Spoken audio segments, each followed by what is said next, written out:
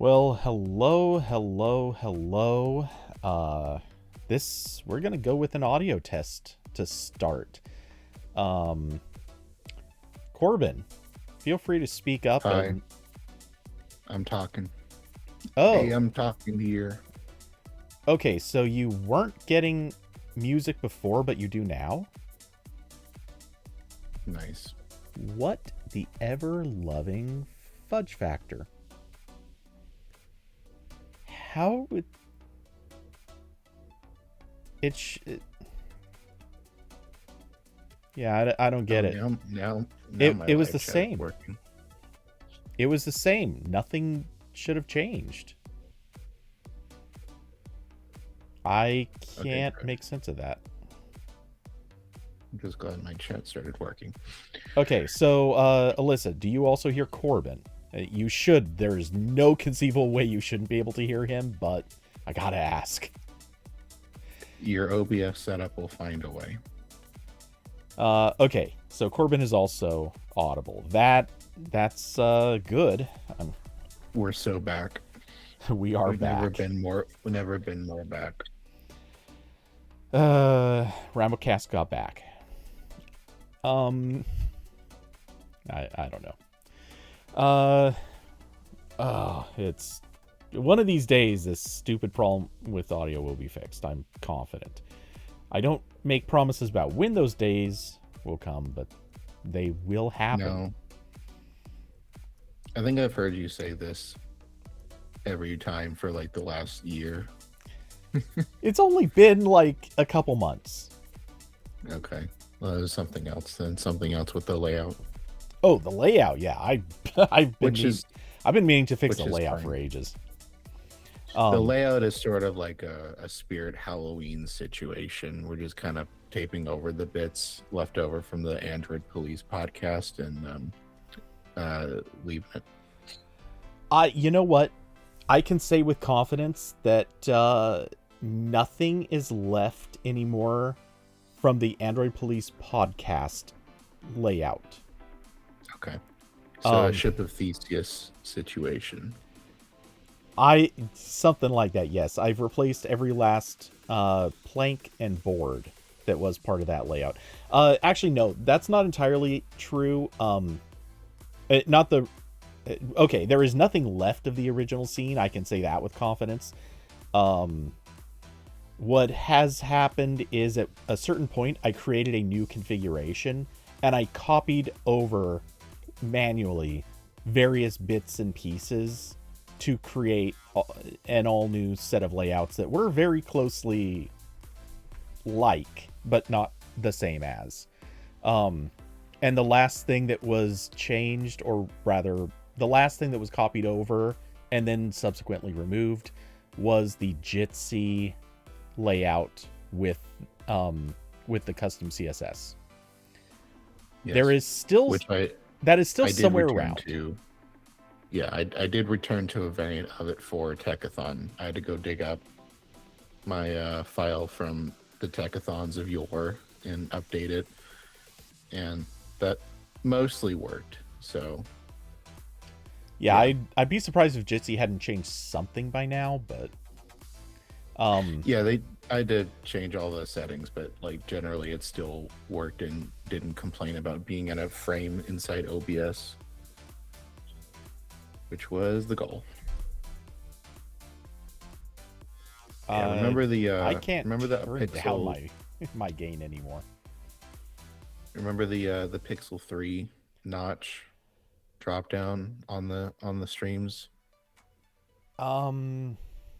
Oh yes. On the Android Police streams, when someone subscribed or something, the Pixel 3 notch comes down from the top.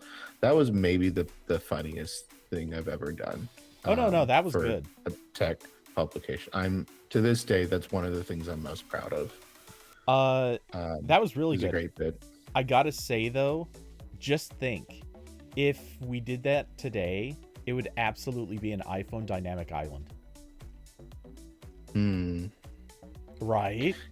You could do it. The problem is that the Pixel one just works so well because it was like curved, so like it just it fell down perfectly and then went back up, and it was flawless design.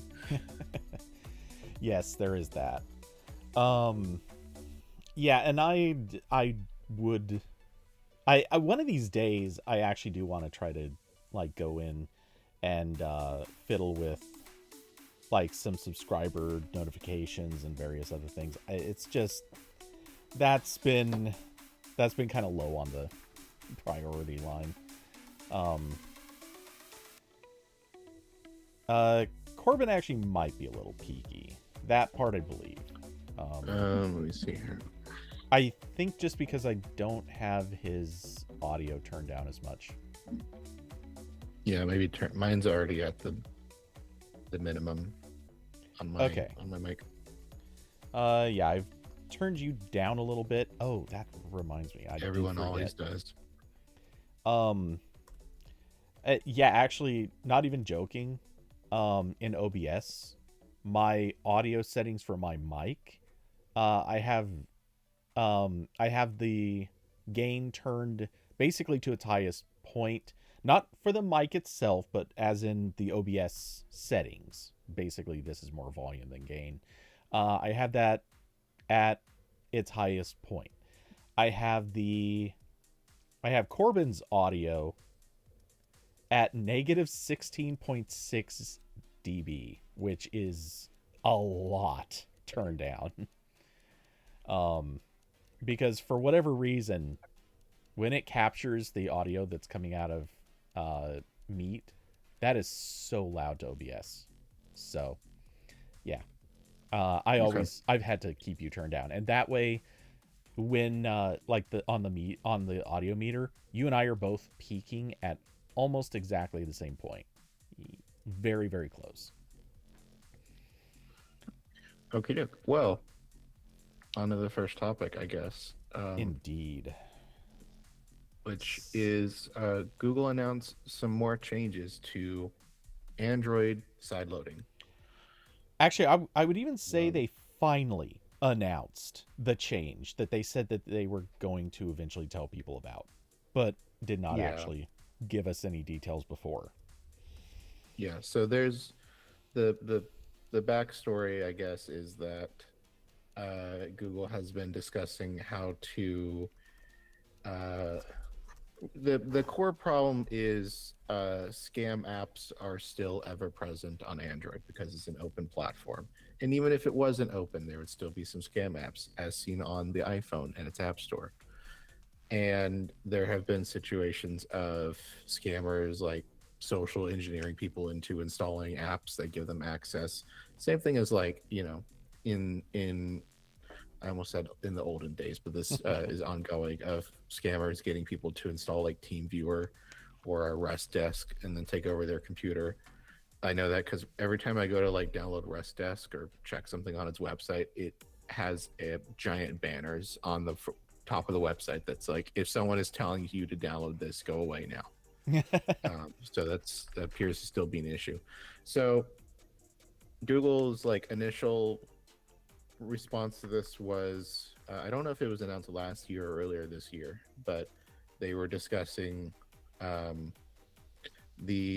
requirement for all applications that would run on Android phones to be verified by Google and identified with some developer key similar to what Apple does on macOS.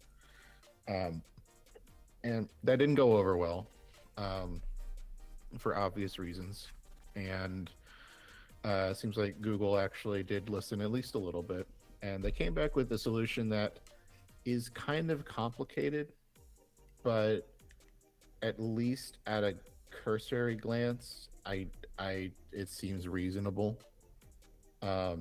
Because the problem is that having a switch that says "Let me do this thing I'm not supposed to do," it doesn't actually work. This is the problem.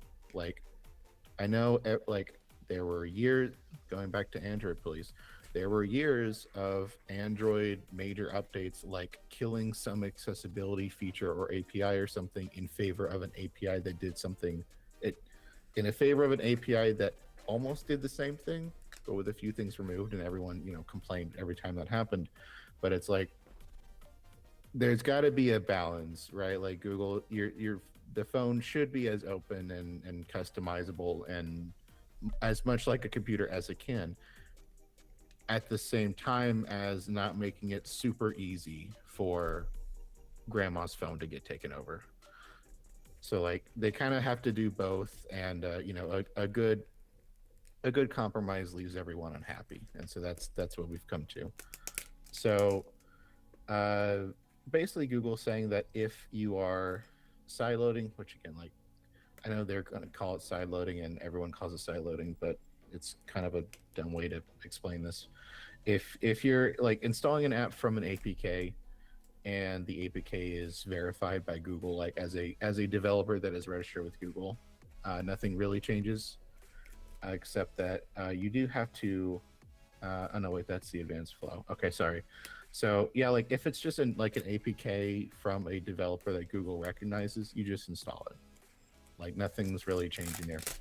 The only thing that's changing is apps that are not signed or identified or anything like that. Like just straight, someone compiled an APK and put it on a website and you downloaded it.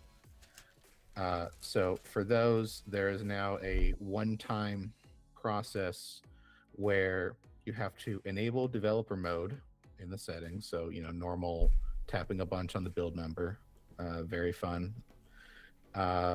And then there's like a confirmation that comes up that asks like, is someone telling you to do this? And you have to click no, and then you will restart your phone and authenticate again.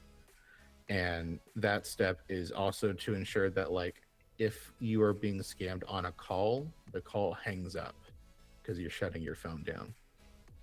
And then after that, there is a 24-hour waiting period for the app. And then after that, you can choose to leave it enabled for 7 days. And then after that, you have to do this whole ringamaroo again or indefinitely. And the 24-hour, I believe, is only for the first time you're doing this. So like if you download an APK the first time, you have to do this. But like if you do it again in a week, you can just install it.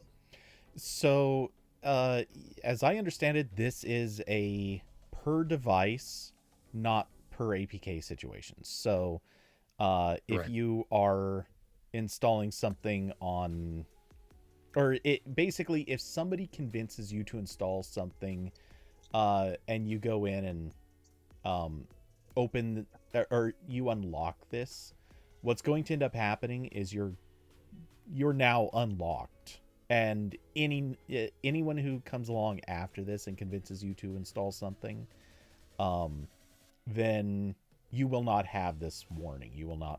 It will not tell you to not do this. Obviously, again, you can turn it on temporarily, which allows for 7 days, but yeah, after that, it's a no. Or aside from that, it's just open. Okay. Was there anything else that you wanted to detail, or should we get to complaining about this? I don't think so. Okay. So, I think on the surface, this is a pretty good and virtuous goal.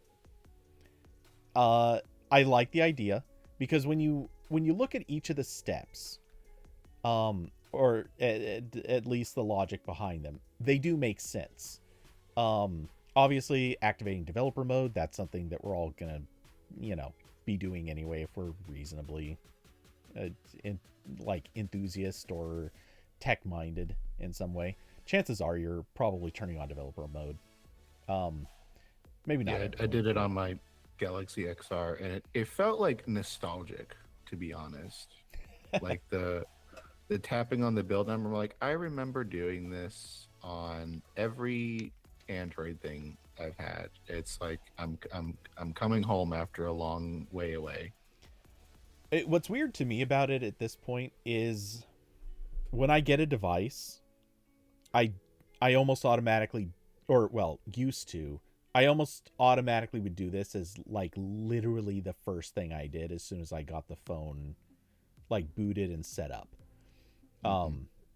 I would just go in and turn on developer mode, which the mere fact that so many people do that, I think is exactly why they needed to basically have like developer mode and then I don't know, I'd call it like advanced developer mode or something, because there's so much stuff in developer mode that maybe not normal people need to do, but a lot of developers have to do it, and a lot of other people, enthusiasts and just people who do lightweight stuff, have to Right. do There's that. always been a couple switches in there, like the animation speed, or like this probably could Yeah. live somewhere else. Yeah, honestly, I think there's a lot that they really should have moved out of developer mode and just put it in as like, again, kind of like developer mode light.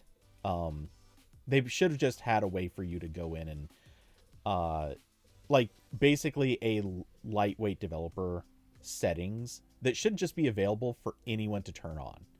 Because if you turn it on, chances are you're going to notice right away, like, oh, this is not something I want on, and you turn it back off.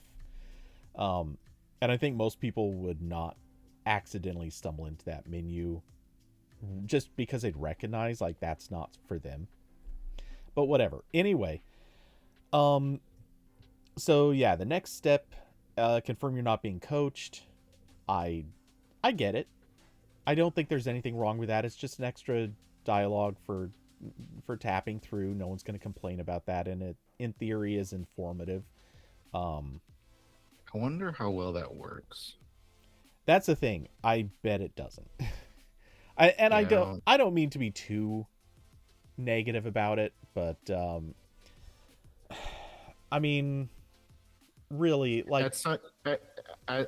Maybe this is the point you're getting to, but like, there's definitely like at some point you just can't protect people from themselves. It's like this is the best. This is the best we can do. It's like the pop up that says like, is someone telling you to do something, and if the scammer tells them to click no, no one is here in the room with me, then uh, I don't know what other mechanisms you add besides all the other ones that they added. yeah. Well, it is that, but it's not. I was actually going to go more along the lines of bringing up the classic. If a permission dialog pops up, what do you press? Like most people, they just look for the word allow, or they'll Hmm. say yes, or And that's in some not cases here. no. Like whatever it is, they're just going to look for a thing that they can press to make it work. They don't care what it is they're pressing. Like warning dialogues do not work on people anymore. And so that's kind of why I look at this and I think, I mean, it's good that they put it there. Someone out there will Yeah. read it, but I think 95% of the people are just looking for what's the button I need to press to move on. And in this instance, Yeah. it's no. I someone just brought up in the chat on that note, it's smart that the yes option here is the cancel option. I was about to say not that, but that the buttons are the same color and there's not like an obvious label. So from a UX perspective, again, they know what they're doing in like the YouTube app when it shows the pop-up to sign up for premium, and the only way out of it is like the tiny button in the corner. So they're using their UX knowledge for good here and making sure that like no one is probably blindingly pressing these. I guess if they really wanted to get fancy with it, they could randomize the button order, or just make it like one of those mini games in like every game where you're unlocking the door. One of those have like the Bioshock like water pipe mini game to install an APK. Okay, so I agree with all these points, but I'm going to throw a little bit of a curveball. Especially the Bioshock mini game to install APKs. Okay, so the curveball is what happens if you press yes, someone is guiding me? You guys are both assuming that it cancels, but there's also a cancel button. What if pressing that doesn't cancel? It just, let's say, maybe takes you to another screen that explains, oh, you really shouldn't let someone else talk you through this or whatever. At which point, maybe it still lets you do it or Yeah, something like that. the Even Skyrim lockpick mini game. Yeah, yeah, or the Fallout one. even if you click on this and end up getting that dialogue, or maybe it is a cancel, whatever. Like, all you're going to do is hit the button to again enable developer options, and then you'll hit no the next time. Like, that's the whole point. Yes, this is a deterrent that might slow somebody down on occasion, but most of the time, again, like, it's really easy to do the, oh, just tap on this a bunch more times and hit no. All right, I'm through. Good. Like, I beat it. It's level 1 in any mobile game. It's the level where all you had to do was walk forward and woohoo, you're through the level. So yeah, I'm not saying that this isn't a good first step, but I don't think it's as effective as it could be. So yeah, then comes the restart your phone and authenticate. I actually love that. I think that is such a good thing that they are putting that in as a step, because as they explained, that is a way to ensure that if you're on the phone with the scammer, you have to end the call. If you're following instructions or doing anything like that through an app that's maybe tricking you or whatever, that it ends so many of those steps, and it gives you, in theory, a good 30 seconds or so of, wait a second, does this feel wrong to me? And yeah, so I really love this step. I mean, it's going to be a little annoying if somebody has to do this on like a fleet of devices, but aside from that, like, this is great. This is actually like what it should be. And I'm a little annoyed that they didn't have that years ago, to be honest. Like, I think it should have always been there. It's the 24-hour thing that bothers me. And okay, I get why this is. They explain it really well. The whole idea is, if someone's being scammed, if someone's being tricked or pressured with I believe they say it in here, a high pressure campaign to get like somebody to do this thing, and usually it's really rushed. They're trying to get people to yeah, as they say, scammers rely on manufactured urgency, so this breaks their spell and gives you time to think. That is a fantastic, logical idea.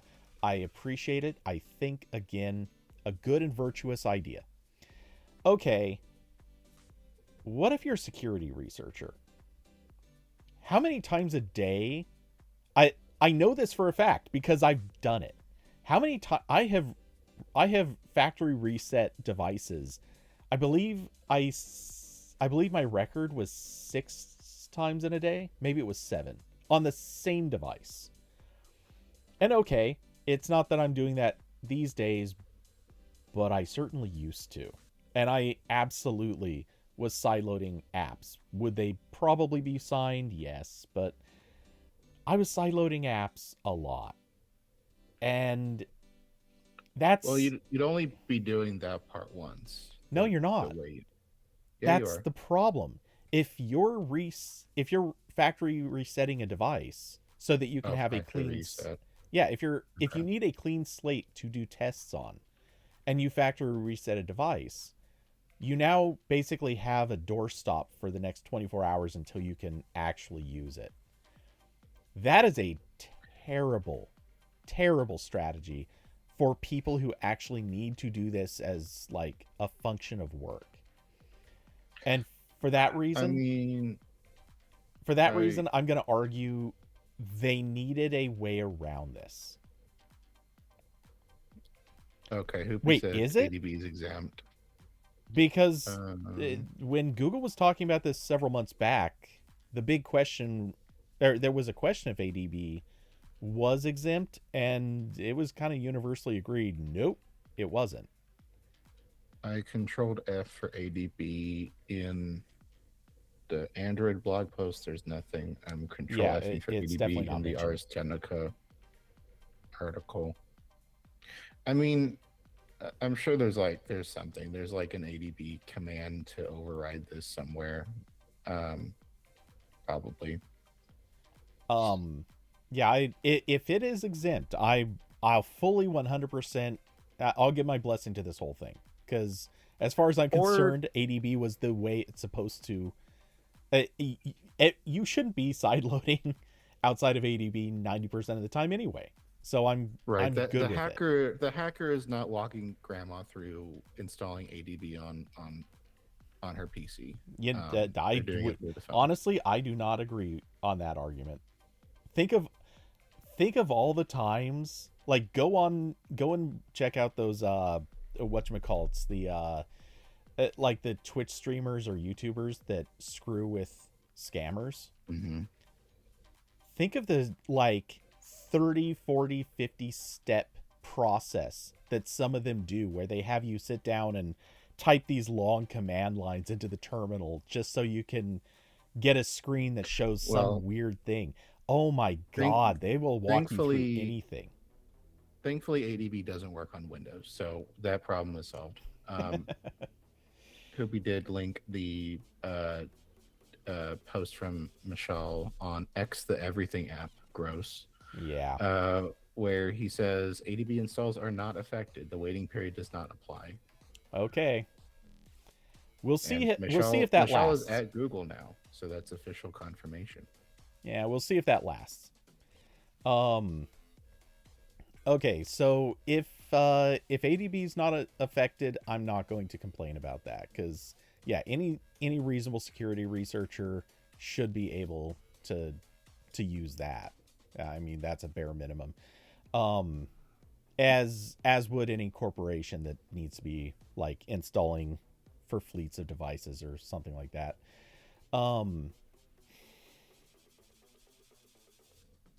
I still have a weird nagging feeling that this may not be a permanent bypass, but we'll see. Regardless, yeah. So this is evidently the way that it's going to be, at least for now, or rather once they roll this out. Again, I'm in favor of most of it. I'm just a little skeptical about the 24-hour thing, at least for now. Maybe once it rolls out, and assuming that this is how it ends up being with ADB, then I won't complain. Yeah, I mean, it's annoying for me personally, and for other people who probably wouldn't fall victim to social engineering attacks, but like, I get it. You know, the world is more than just me. Well, so sometimes you need other systems in place. I mean, the thing is, most people, if they're like you or me or pretty much anyone who's going to be listening to this, they're going to buy an iPhone anyway. Not what I was going to say. Not even close. Sideloading apps, what is that? I was going to say the instinct is probably going to be more like, oh, got a device, go turn on developer settings, and first thing you do once developer settings are turned on is go trigger this and let the 24-hour period start. That way, by the time you actually want to install something, yeah, it's already clear. Which, you know, it is obviously not a great security practice, but it's also something that every enthusiast will probably be doing. I can complain even if that's how it works. I'll find a way. I will find a way. I believe that. I mean, Google over the last few years has been making it pretty easy to complain about stuff like that. So, something will be done wrong somewhere somehow. And out of curiosity, did they ever get the ADB working in the web browser as again? I know for a while it was definitely a thing, and then it was broken for a little bit, and I thought it was a thing again. I do not know. I kind of wonder if somebody out there is going to leverage that as a sneaky bypass. Because social engineering can do a whole lot of stuff. Yeah.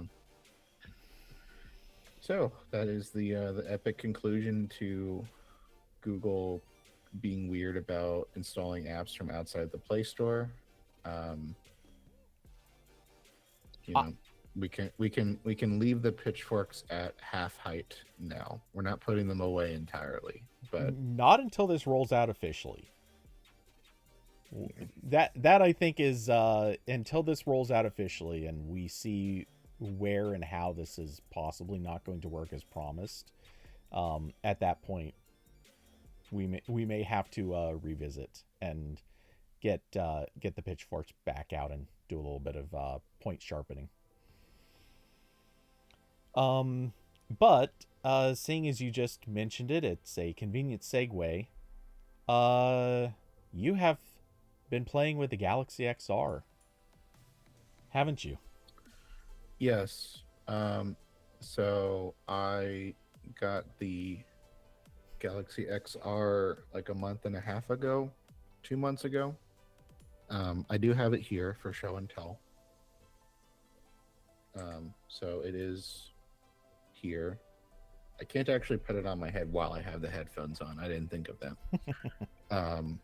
But yeah, this is mine. I've got the studio form comfort band on it just to help with that. So the article I wrote on, I wrote two. One of them was a general guide for using this with PC VR because there wasn't a lot of documentation for that. When I got this, I saw that's been kind of addressed by others. But that has some tricks for setting it up for PC VR games and turning off the little recording dot that Android adds, which has the fun effect of if you're in a game that uses the microphone, the dot stays there like it's a call on Android, which is really annoying for an immersive VR device. So that's why I enabled ADB, because there's some commands you can do to tell Android to hide that forever. Yeah, so and then the other one I wrote went up. This is the it might be the longest single article I've ever written. It's 4,500 words, which still isn't a lot, but like basically everything I've written for the last 2 or 3 years has been very short. So that's a little accomplishment for me. Also, as far as I can tell, this is my 100th review. Including like apps and games that I reviewed a while ago. But yeah, so that's cool. And this is like half review, half like just editorial about kind of VR XR stuff. I had a lot to say about this because I wanted to see how Android. This is the first Android XR device, so I wanted to see like how it compared to the Meta Quest headsets and kind of how does it work as a media device? Does it, Samsung and Google weren't really doing this, but when Apple made the Vision Pro, they were hammering down the idea of spatial computing, like you do computer things on virtual screens. And I know we've talked about the appeal of having a headset that just gives you a giant fucking screen for like your laptop or something, so you're not on a little tiny screen. So I was interested in all that. Let me turn on my thing. Okay. So the short version, you can read the whole thing if you want, but the design is kind of weird. I don't. This is like the weirdest, like the most aggressively uncustomizable thing that Samsung could have built. This is like all one unit. So a lot of other headsets, what you can do is take off the bands and replace them with first or third party options, or replace like some headband parts, because everyone's head is different. Everyone's got different body shapes. And what's comfy for someone is not comfy for everyone. I know there's some people who got this and like just had to return it because it was like the most uncomfortable head clamp imaginable. For me, the default configuration was okay, but my neck did hurt after like 3-4 hours. That's also when like my body hurts anyway. So the uh, and so Samsung made this in a way where like none of this comes off. So like some people have just like fully like got out like a knife, like just chopped out bits of it to replace it and put like the Apple band on it. So I don't want to do that, obviously. I did get the Studio Form comfort things, which like replaces the head part and adds this like extra thing here, and that did help a little bit. I saw there's been other mods coming out that are more comfortable and don't require hacking this apart, so I might look at that at some point. But definitely like a weird design. Obviously, very like we borrowed Apple's homework here. Like it's the same. They're not doing the weird fake eyes thing on the front, so it's just a glass panel with all the sensors in it, and it does have a external battery. There's no battery in this; it's only on this, which I know if you're like new to this, you're like, oh, that's dumb. I have to keep the battery in my pocket. Well, if you're using like wireless VR for more than an hour or two anyway, you will have a battery in the pocket. That's unavoidable. And this way they can reduce the if the battery's not on your headset, then that's more weight that's not pressing on your face, which is nice. So I'm actually a fan of this. I hope everyone does it from here on out. I although the weird thing is like the external battery, you can actually use this to charge other things too, which is interesting. You can just like I'm not sure if I'll be able to do it, but oh yeah, there's a release button on the battery. Pop it out. You can just use this as a portable battery and charge other things with it. So that's neat. That's neat. Can you because I know that this is a problem, or I believe this was a problem with Apple's thing. Could you just take any normal battery pack or battery bank and plug it in, assuming of course that it at least reaches like the necessary voltage level? But as far as I know, no. Okay, so it has to be Samsung's battery. Yeah, I mean bank. this is just USB-C. I mean, I guess I can test it real quick, but I think the answer is no. Okay. Also, I'm gonna partially defend or further defend the notion of keeping a battery in the battery in your pocket as opposed to having one built into the headset. FPV pilots, this is just standard. Like, this is something they've been doing for ages, and I've known quite a few of them who have said they wouldn't even consider something where where the power is only in the headset, because there are so many drawbacks to that design. So it's definitely not working no on another battery. Okay, that's what I thought. Proprietary bastards. Yeah. So yeah, Hoopy said I think I saw somewhere you can't, maybe with like different battery. That one does, I think, 100 watts or 50 watts on one of the ports. I'm not sure. Also said, I wish there was more plastic. Yeah, I do wish this was mostly plastic, because even though the battery's not in here, it is still kind of heavy. They could have made it lighter. Also just generally nervous about external outward facing glass. If you bump into something or this bumps off a table, that's not ideal. Ooh, they're gonna test it too. Yeah, and then also the kind of weird thing is there's two USB-C ports. The one on the battery is only for charging, and then there's another one on the thing itself. You have to pop this off, and that's the ADB port, or well, yeah, that's the data. Yeah, so you can plug. There's no headphone jack on this, but you can plug, like, I plugged my headphone adapter into it, and it worked. Normal data stuff, flash drives. It does support video out. I plugged it in my TV. It was doing, I think, 4K, 30 FPS something. I wrote it down here. Hey, that's better than any pixels, since those can't do video out.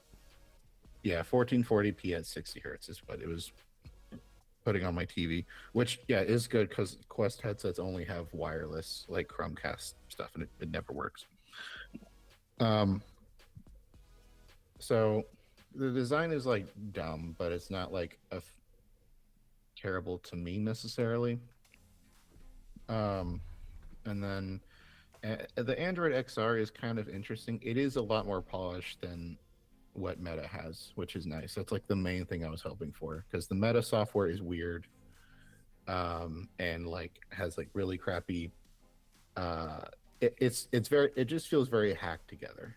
Um, so the Android XR, it is pretty much his normal Android. Apps open in Windows, you can move them around. Um, it is a fully, Google certified Play Store device, so you can just download apps. Obviously, some developers have apps downloads disabled on the XR headsets. Like I noticed, Disney Plus and Hulu were not available, but like I could download. I wrote down a list. I downloaded like Discord and Firefox and Plex and HD home runs. I could watch my TV, VLC, Blue Sky, all that fun stuff, and it all just worked. Um, DP said it is outstanding how immediately equivalent Android XR is with Meta's OS, considering Meta's been building this for like a decade now. Well, it's weird because the Meta OS is also Android, and I don't know how much they've like upstreamed, but there is still a lot of like shared bits and pieces in there. Um, I, but I all of the interface stuff on top is independent. I will sort of defend. You're only going to get to hear me say this like once a year, so you're going to hear me kind of defend Meta on this little bit because, to be fair, they they had to figure a lot of things out from the start and like actually work on a lot of new a lot of new technology and just figure out how things should work and what things should look like and what's going to work for them. Whereas Google came along and some of that is work that they were already doing in other spaces. They obviously had to tinker with things like Glass a decade ago. They obviously have been working on various sorts of XR technologies that live in the phone. They already had a UI paradigm that they were kind of developing in this direction anyway. And Yeah, a lot of the interface things were already figured out.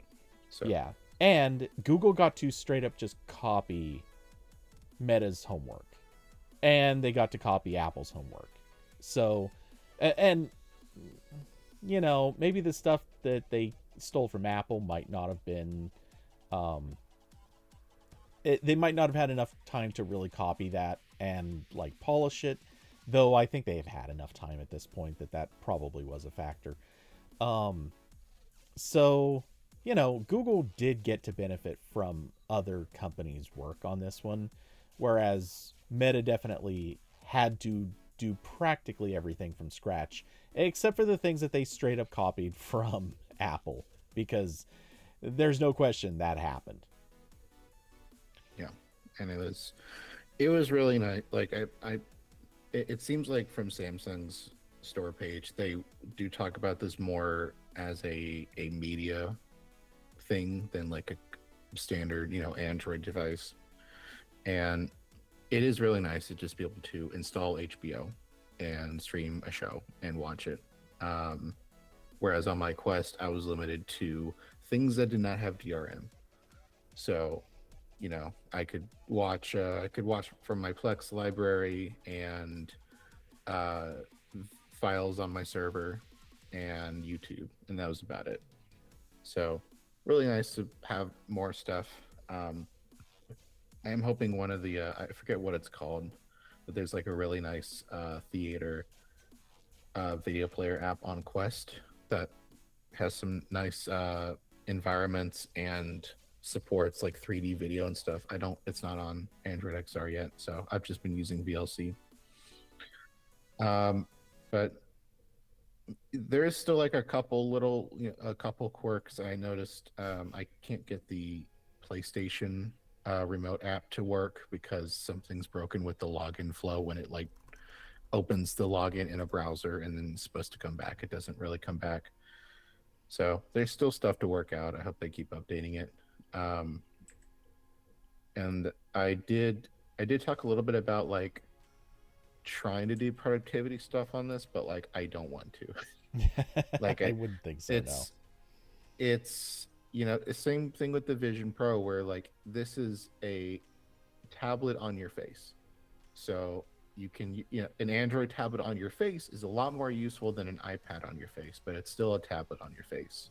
So like I can put web browsers on this, I can do like a little bit of photo editing if I needed to. I can do remote desktop, but I can't do dev work. I don't have like a full featured photo or video editor. Well, I guess one of the video editors is on Android. I don't know if it's DaVinci. Um, but yeah, said at least Google isn't pretending this is a productivity device. They're pretending a little bit, but it's not. They're not selling it as hard as Apple did for sure. Apple was all in on you will use this as a computer, and like even if the apps were there, I noticed while using this that like everything in this motive interface is slow. It's slow to drag the windows around and lift my hand up to touch something. And they did implement the Apple thing of you can just look at something and then click it, and that is faster. But I turned that off because it was really annoying because it worked it worked like pressing or shifting between elements with the tab key on a computer or an Android device where like it does the highlight thing, and that was really annoying. And it was also annoying to like sometimes accidentally do something. So I turned that off so everything's much slower.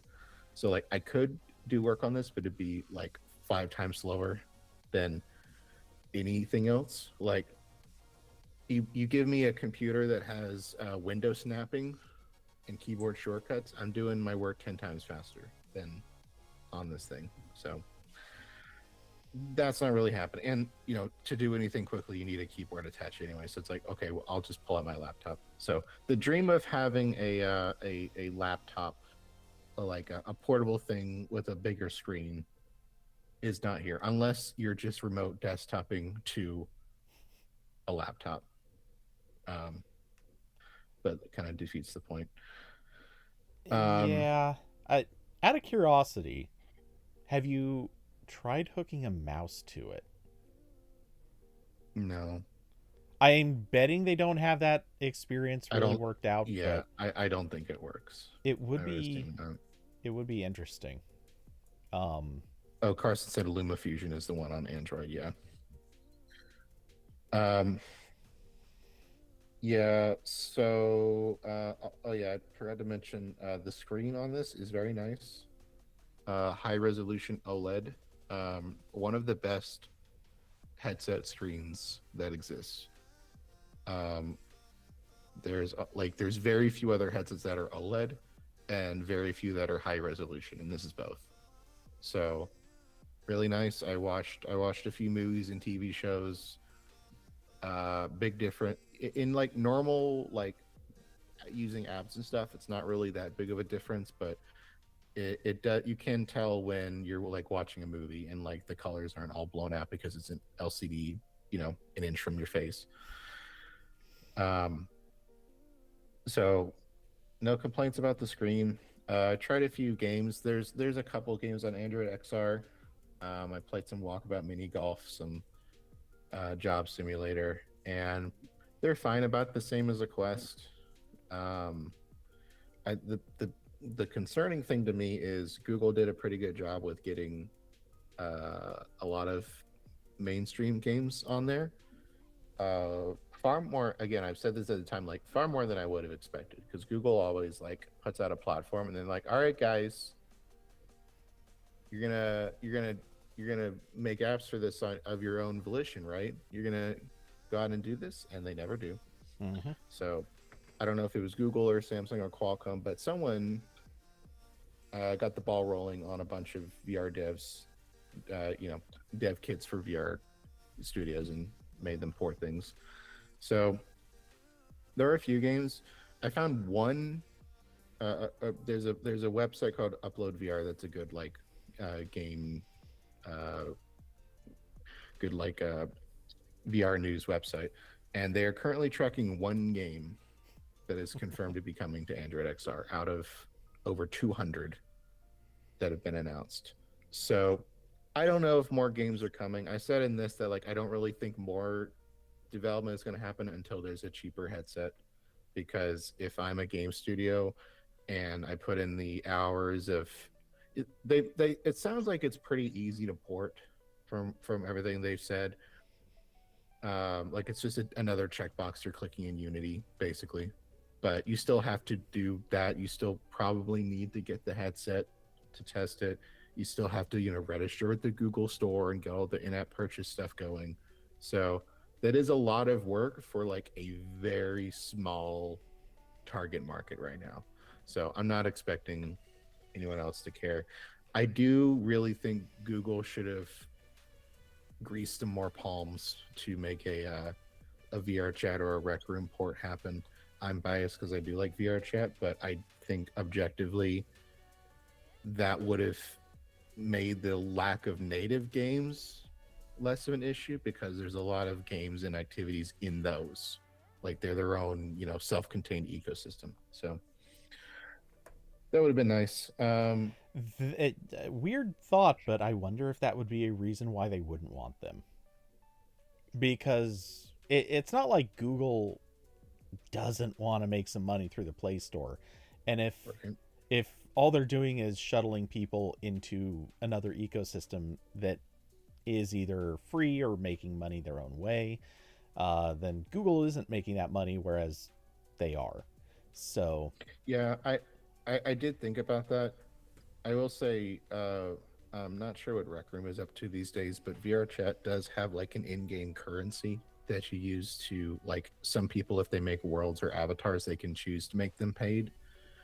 And then that is, in-app currency you have to get through, in this case, the Play Store. So Google would still get a cut somewhere, but yes, like someone could choose to play a bowling game in VR Chat instead of spending $20 on a bowling game on the Play Store. So perhaps. And then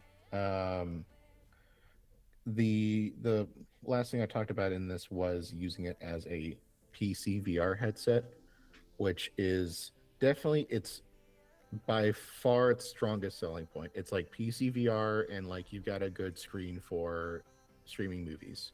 Those are like the two, by far the two biggest use cases for this. I don't have like a super amazing PC right now, so I wasn't able to like fully max out the resolution in games. But I have tried a few games. Half-Life Alyx is pretty cool. Definitely the OLED. Oh shit. Oh yeah, like we said, being an external MacBook display is the number one use of the Apple Vision Pro. Yeah, yeah. Hey, that's what I wanted it for. Literally, that was before all of the other things everyone kept saying. Oh, it's supposed to be for this or that. It's like, no. All I want is all I want is a big studio display strapped to my face.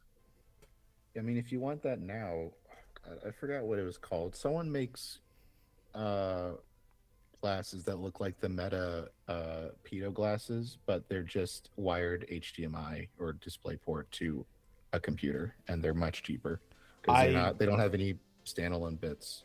Yeah, I don't know if it's the company that, or the same one that I knew of, but back when I was with Android Police, I was Xreal. Yeah, I think that's who it was. Okay. Yeah, I was communicating with someone, and I was supposed to get a demo of that, or like a sample unit at some point to mess with, and yeah, that just never happened for probably a few reasons. Yeah, and the Xreal glasses, they are not standalone at all. You have to plug them into a phone or a laptop or something, and they are an external monitor on your face. So that's the one you would probably want to get. Also, because this is way smaller. Like, I didn't talk about this, but like, there's no way I'm taking this out in public. Like, first of all, it's huge. I don't have the carrying case because Samsung wanted $200 for it. It's huge, and if I put this on, I'm gonna look like a dork, and we can't have that. So, yeah. So for PCVR, it is really nice.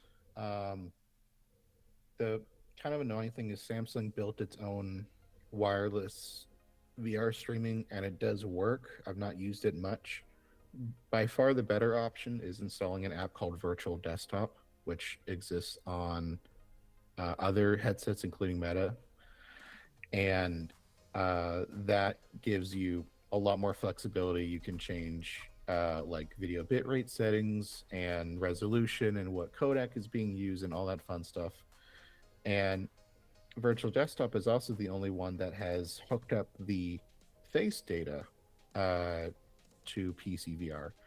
So once you set up the face, the face, I forget what they call it, like face setup process on the headset, and then check all the boxes and get the software running on your computer.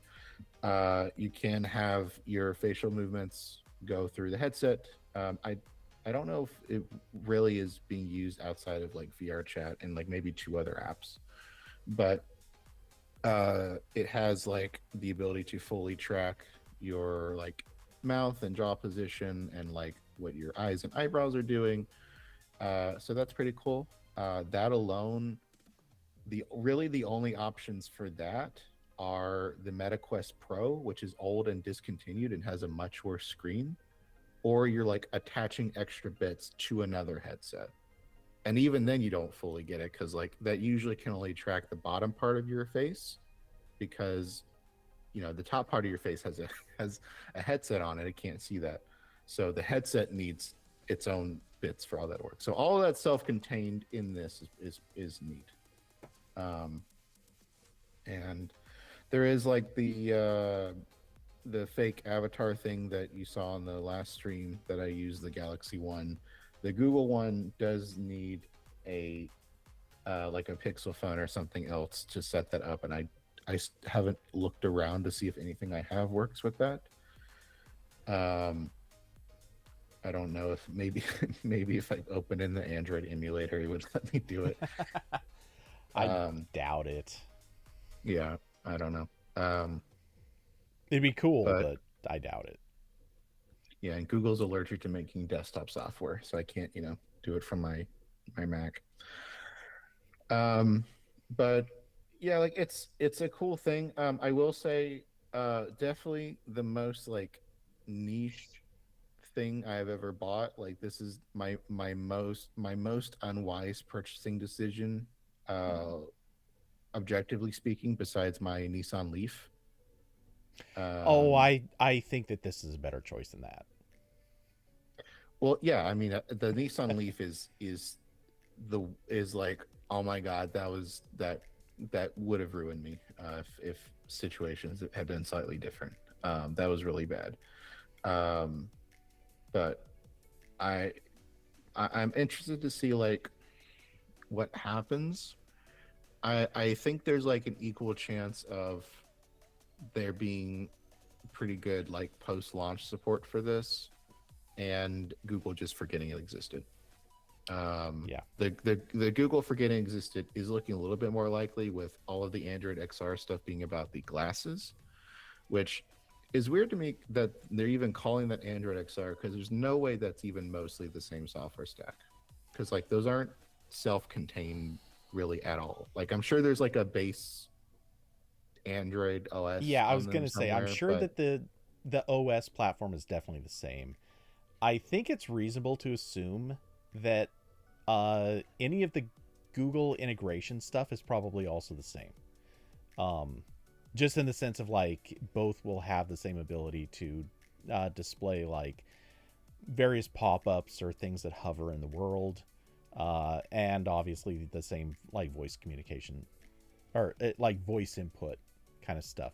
I'm sure all that will be the same, but yeah, those glasses are not going to have. Oh wait, I don't know. Actually, with everything like Dieter was demonstrating, there was definitely some element of uh, like having the same control, like hand tracking and things like that. I don't know how good Well, any of it was going to be, but I mean, the hand tracking, like the hand input stuff on this headset requires like 5 cameras. Or not so much the hand tracking, but the hand tracking in combination with figuring out where it is in space. mm-hmm. So I'm not sure. It doesn't seem like there's much shared bits and pieces there. So a little bit concerned there. Again, I think like I said this when this was announced, and it's still true. Is like there has to be a cheaper thing for this to be like even ideally same $400-$500 mark as the Quest 3. But unfortunately, this arrived as RAM and storage prices are insane. So if they do that, they're going to lose money on it. I don't know how much they're willing to do that. So I don't know if if a cheaper thing doesn't happen. I don't think this is getting much dedicated software. It's going to stay as a PC VR and a streaming thing. And I did see that Samsung is no longer selling the controllers for this individually on their store, but that could just be their website being down because their website is the worst. Yeah. So they probably just moved it somewhere and broke links. But you can still get it when you're buying the headset itself. So I don't know if it matters. But yeah, like they've not talked about. I've not seen any announced updates for this. There was a couple that came out shortly after it was released. Maybe if we don't hear anything about this at I/O, I think that's my point of like, this might be done. this might stay on whatever Android. Maybe they'll update the Android OS underneath a few times, but if there's nothing at I/O announced it's coming, I'd be concerned. I'll half agree with you on that. I think you're right. If nothing is announced, okay. I'm Specifically gonna for the pick apart headset, wording. because we know they're gonna talk about Android XR in the context of the Pido glasses quite a bit. But I'm Sure. talking about the headset. Okay. I'm gonna kind of pick apart wording a little bit here because there will definitely be announcements. But you did use the specific phrasing if they announce something coming. And in that sense, I don't know that they will, and I also wouldn't be too worried if they didn't. Because it's still a new enough product. When did Galaxy XR get announced and released? That was announced in January and then available in February. I think it was announced in October and released in December. I want to say. I'm not talking about announced. Oh, was it that early? Okay. Man, for some reason, oh yeah, I guess that does make sense. For some reason, I just have a very different timeline in my head. Anyway, yeah. Still, I wouldn't be that surprised if they're still in that state of like, hey, we were working on a few things. Now that they're out in the world, we realized maybe a plan or two it weren't really going to work out very well, so we changed this or that, and our roadmap's just longer now. That wouldn't be too surprising or weird. And I wouldn't necessarily say anything is doomed quite yet.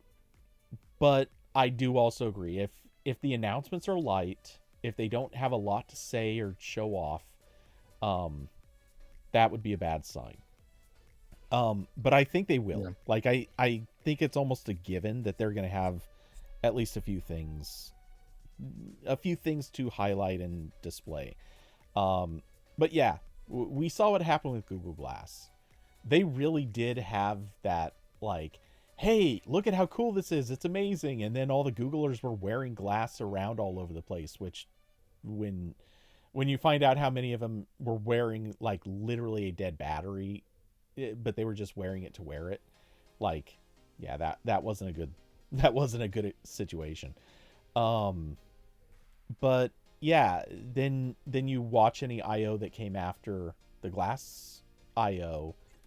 They never announced anything again, really. Like, they had a couple sessions dedicated to glass, but that was it. They never actually had like on stage announcements. um and so yeah, And glass was basically dead on arrival. It just didn't know it for a long time. yeah, and I will say that Glass was also a weird situation because it was like a pretty new product. Like it wasn't clearly riffing on anything, but this was very clearly designed as an Apple Vision Pro Mm-hmm. competitor. This was Google and Samsung seeing Apple coming, and they were like, "Shit, we need we need a thing like this because Apple's is gonna sell crazy, and we need to be in this space as well." And then Apple's came out and dead. It just like immediately, no one cared. It didn't work. Everyone mocked it. Apple is, still updating it. They've upgraded the hardware once or twice, but it's very clearly like it did not work out how they wanted it to. So for this to come out after everyone realizes that Apple's attempt was dumb, um, I think puts it in a more precarious position. Even if the use case is different, because again, uh, Apple was pushing the "this is a computer" thing, and Google and Samsung really aren't. Maybe they would if they could, but Android doesn't have the software for that. Um, but if it they're like 30% more interested in this as a like game thing, but they need to get some games on here if that's the selling point. So I'll be annoyed if this doesn't get more features and games. But like as it stands right now, as like a nice little TV and PC VR, I'm okay with it. Because I uh I'm okay with it from the perspective of like I can blow money on this. This is my treat. Yes. I'm not going on crazy vacations. I'm not getting, brand new cars. This is the treat for Corbin. This is what I'm doing to escape the hell of 2026. So leave me alone.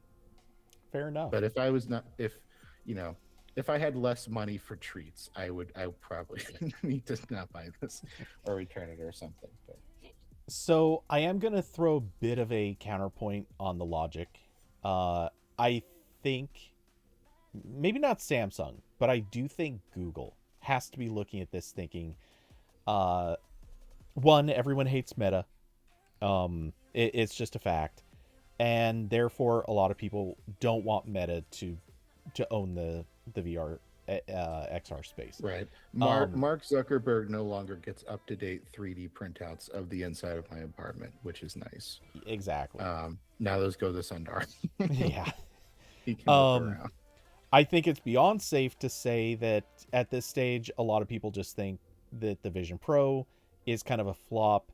Not that anyone's writing off Apple entirely, but I think it's one of those things where a lot of people have to be looking at it and thinking, you know what, let's give them some time to cook, and they need to actually go back and start reworking the recipe, and we'll see what they come up with when they get to a second edition. Therefore, that leaves open a space that Google has to see and recognize. This is a place where there will be money made. Period. That money is going to be made here. People want this. They just don't have a good source to get it today. We should be the ones that are in control of that ecosystem. So I think there they're going to be a lot more committed to this, whereas something like, using Google Glass, just again as a easy example, there were there were obviously places where that could be a product and it could make a few bucks, but it was never going to be like the next thing that dominates gaming, the next thing that dominates society, the next thing that, like, it was never going to be your next smartphone. So I don't think that they're going to abandon this nearly as easily as they did Glass, or well, go skim over the Google graveyard and see all of the things that Google has, like, attempted and then bailed out at the first sign of maybe this won't be a huge success.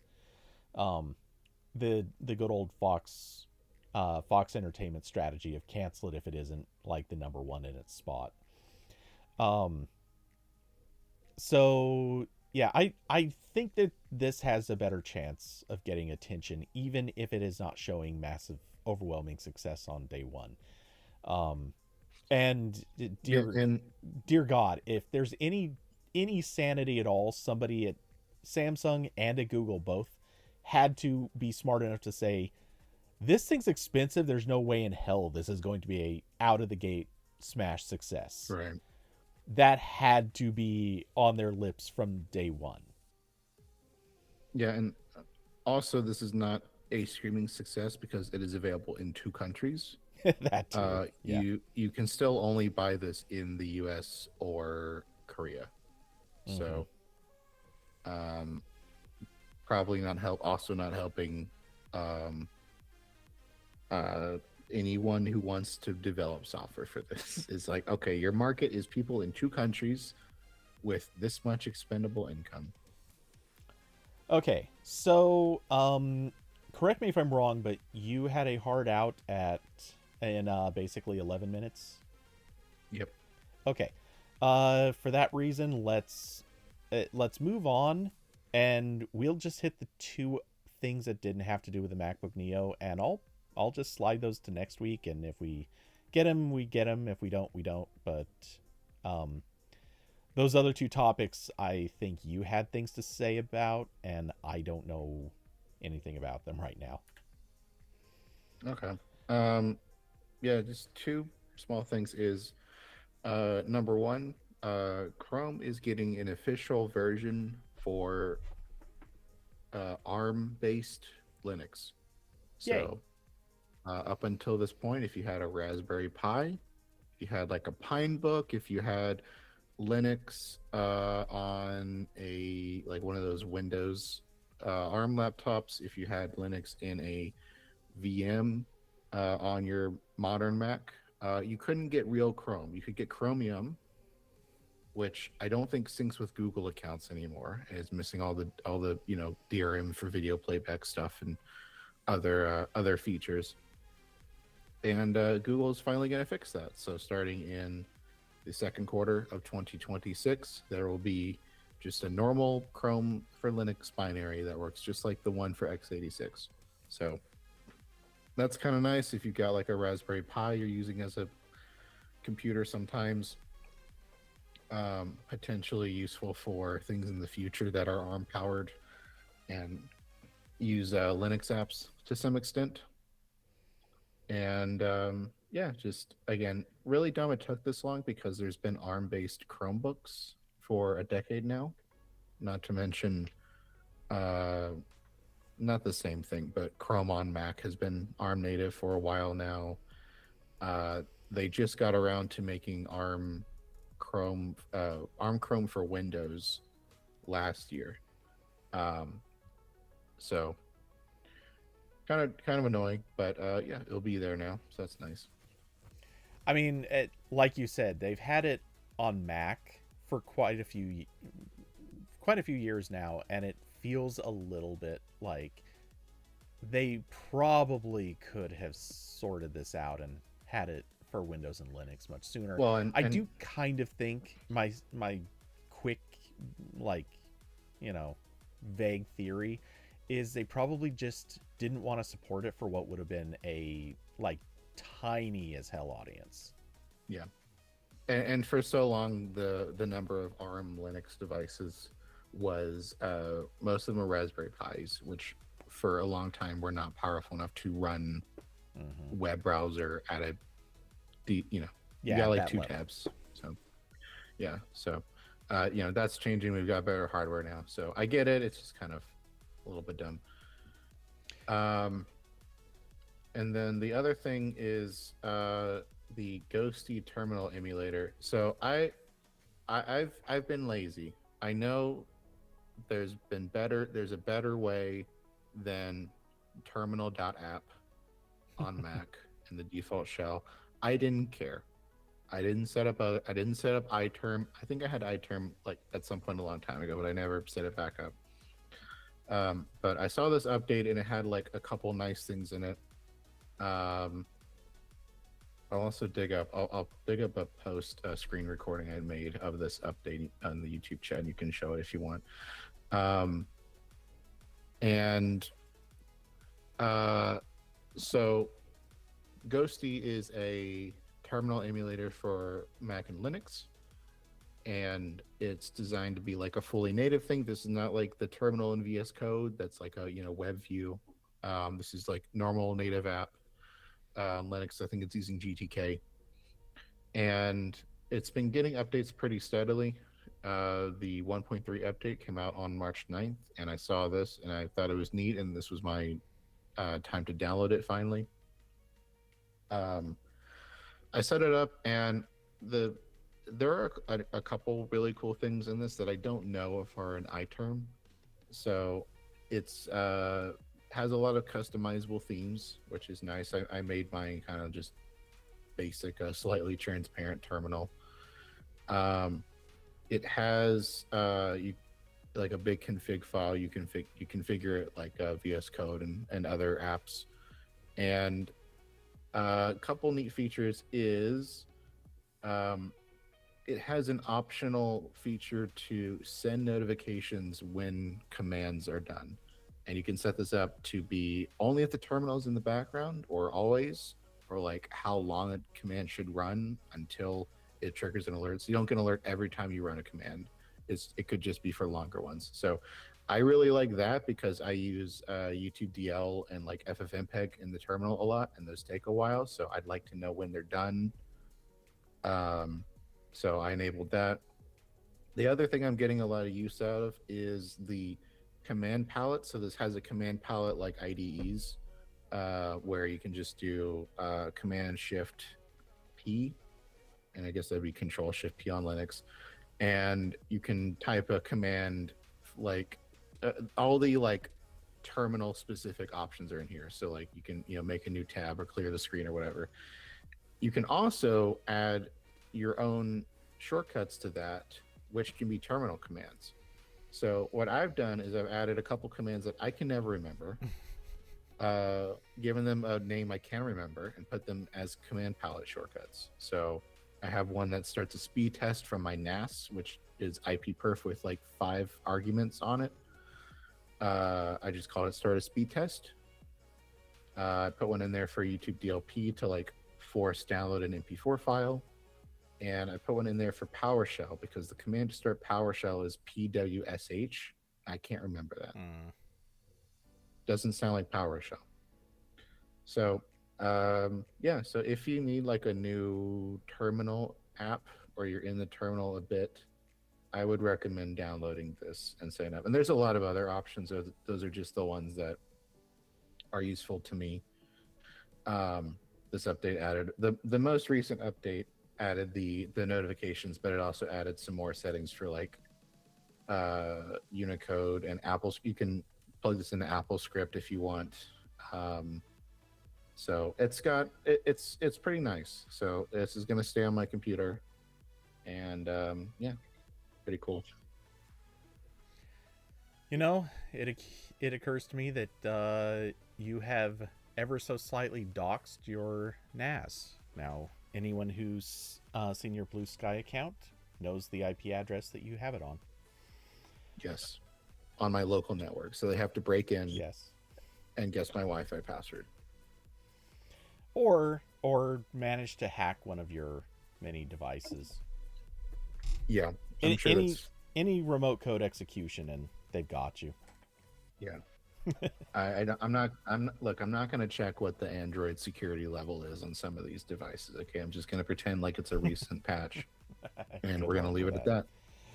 Fair enough. I mean, we're still in 2020, right? So some of these aren't that out of date. Yeah, true. Andar isn't. Yeah, he got through the headset. He can map out an escape plan. Hey, one of these days you're going to turn back on your Meta Quest, and Zuck's going to have you. Yep. He'll be downloading all of those Linux distros that you have on your NAS. Yep. Oh, okay. Well, let's see. Not that I'm trying to get rid of you, but I see that we're tickling that 5 o'clock / 8 o'clock time, and you probably want to go, so I think I'm gonna wrap it up here too. If you want to stick around, you can, or if you just want to take off right now, be my guest. Yeah, I will go now, so I have like 2 extra minutes. I gotta use the restroom. So all right, goodbye everyone. Well, take it easy. Okay. Well, with that, like I said, I think I'm going to take off too, because I don't have a whole lot to say about the MacBook Neo stuff at the moment. Or rather, there are more things to say here, but I think I'm going to tackle it more as a let's see what else comes in the next week, because I have a feeling there's probably actually a little more news to add to these. Carson, did I get the 10 Pro XL? And as a matter of fact, yes, I have it in my hand here. It is yeah, it's the same. It's a year newer. But it is otherwise basically the same. I don't have any strong thoughts one way or the other about it. It's kind of, I guess, nice to have a slightly newer phone. Oh crap, that's right, this phone does actually have it. I completely forgot about that. So one of the things that's been throwing me off, and it has nothing actually to do with the phone. Let's see, where is it? Okay. So I've already sent back my 9 Pro XL. Actually, I didn't try this, but I wonder if, hold on. I'm assuming it has slightly different dimensions, but I didn't actually check. So I have, actually, I think I did check this before with this case. So I actually already had a case. Wait, for real?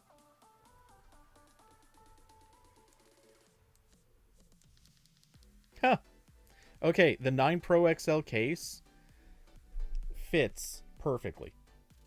Or almost perfectly. There is, right up here, the flash and whatever that other sensor is. I felt like that was a distance sensor or something, but I don't know.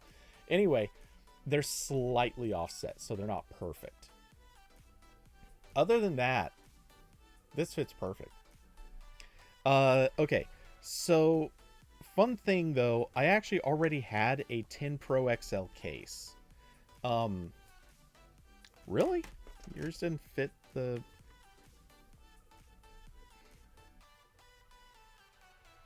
I mean, man, what kind of tolerance does your case have? Oh, was it a thermometer? Okay. Man, I'm looking at this and like they're lined up so close. Okay. Yeah, I don't know how much that's really showing up at the camera, but man, those buttons are lined up really, really closely.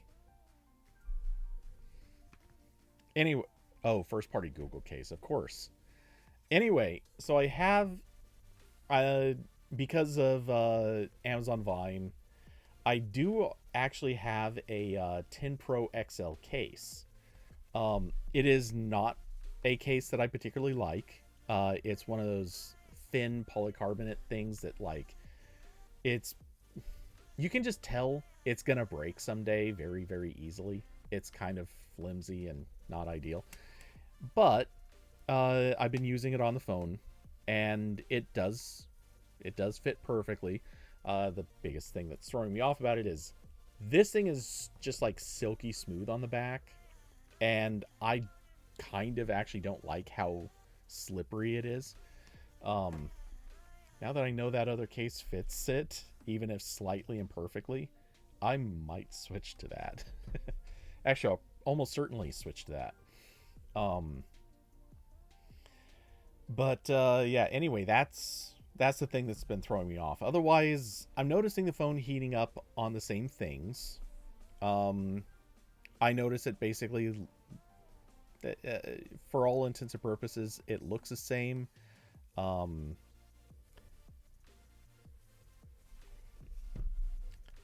just swiped over and saw a thing. Ignore me for 1 second while I uh, um, I want to look at this later, but not right now. Okay, cool. Just needed to pull that up because I don't have any faith that that item will still be here when I swipe over to Google Feed later. Um, okay, anyway. Uh, okay, so you asked the question, um, where was it? Have I noticed anything slightly off about the scrolling inertia? No. Um, but I don't think that that's for like any particular reason. And I say that because I don't actually find myself scrolling that often with inertia lately. Uh, but as I'm doing it right now in like the Play Store, it feels fine. I'm not noticed. Well, okay, sorry. There's technically on a couple of occasions, um, I do a swipe to scroll, and instead of scrolling fast or far, it's like half speed or something, or it doesn't actually travel, like it doesn't actually get the inertia. I've seen both of those, but I think that might just be more flukes of like maybe not swiping very well, I guess would be the way to say it. So yeah, I'm not noticing anything. Am I on max display resolution? I literally have not changed anything about those settings yet. Um, and I generally don't. Like, I actually, it feels weird to say this. I mostly leave the phone in a lot of its default state. And that's kind of a leftover thing because so often when I did teardowns, if I didn't have the phone in default state, man, so much stuff was just sort of almost by nature kind of borked. Um, it sucks how much that was a thing, but uh, yeah, it just freakishly often I had no choice. I just had to leave stuff in sort of a default state. Um, let's see. Sorry, I'm trying to. There we go. Oh, this is weird. So, something I didn't know.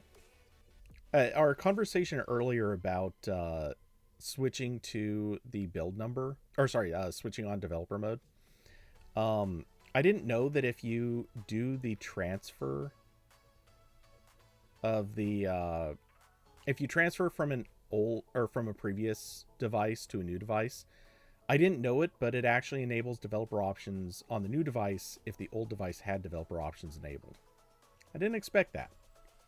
Um, okay, so let's see. Um, Screen resolution. I am on high resolution, not on max resolution. In case anyone questions that. Um, let's see. Okay, so key feature first part. Alyssa, you use a Spigen case. The rugged armor case is slightly sandstone kind of material. Yeah, so this case that I got here, I got it kind of knowing that the day would likely come that I would end up with a 10 Pro or 10 Pro XL, because I mean the odds were fairly high eventually. Um, so yeah, I picked it up just preemptively. It was a cheap case, but hey, if you can get something that doesn't cost you anything, sometimes that makes sense. Um, but let's see, Carson, you were constantly picking up the wrong phone during setup. I have done this. Yes, I know this experience a little too well. Um, I've definitely goofed and like during teardowns in the past, because a lot of times I would have, and this is no joke, a lot of times I would have like 3 or 4 phones all set up, each one like on a different version or doing something slightly different. I'd be picking them up like constantly, just switching between them, like try this thing, try that thing, move all of them to the same screen and slide them all at once, and various ways of trying to compare everything. And yeah, constantly having to stop and think, all right, what am I doing with which device? What thing do I need to be checking? And yeah, always mixing them up. Um, let's see. Alyssa, used to Windows 11 being janky on a gaming PC. Um, wait, why is...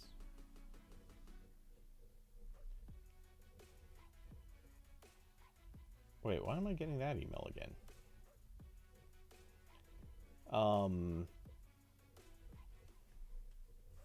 That's a little concerning. Uh, okay, I'll have to look at that in a minute. Anyway, um, Alyssa is saying, I'm glad the Pixel 9 series let you do the transfer process after setup now. Wish they'd add that to the older Pixels. Was it not on older Pixels?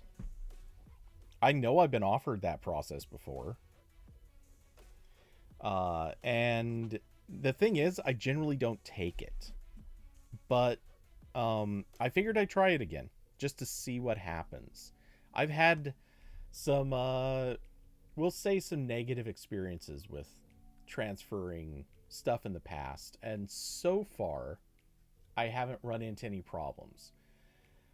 Now, emphasis on so far, because first off, one of the things that stands out to me is there's just so much stuff it doesn't transfer. I still have to go into almost every app and at least launch them so that they have the ability to say, oh, hey, we're going to send notifications and stuff like that. And they don't even have to ask you for that. There's a lot of stuff that you just have to literally start the app once so that it can start running, or it can activate background services.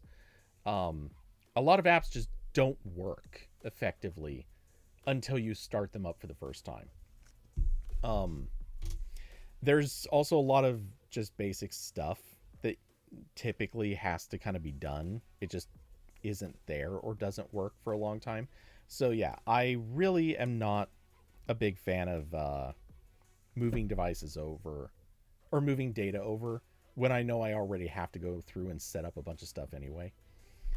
Um, let's see. And I'm still kind of going through that process. That being said, I have already sent back the Pixel 9 Pro, and uh there's not a lot to say on that. Like, the process sending it back is easy. I'm sure everyone here has done at least one or two trade-ins in the past, so you kind of know how it goes. That being said, I did have a bit of a goofball moment as I was preparing to trade it in and noticed, there's a giant scratch on the screen. There has I don't know when or how it happened because it wasn't there like a day before I sent it back. Somehow in that 24 hours right before sending it back, it got, and I called it a giant scratch. It's not that big, but it was like a half-inch scratch right down in the corner. And it's like, what the hell? How did this happen right before I'm about to send it back? Anyway, I'm hoping that they don't dock anything for it. In theory, they shouldn't, but if by chance they do, I will be enraged and murderous. Or something. Actually, I'll probably just live with it. But hey, it is what it is. Let's see.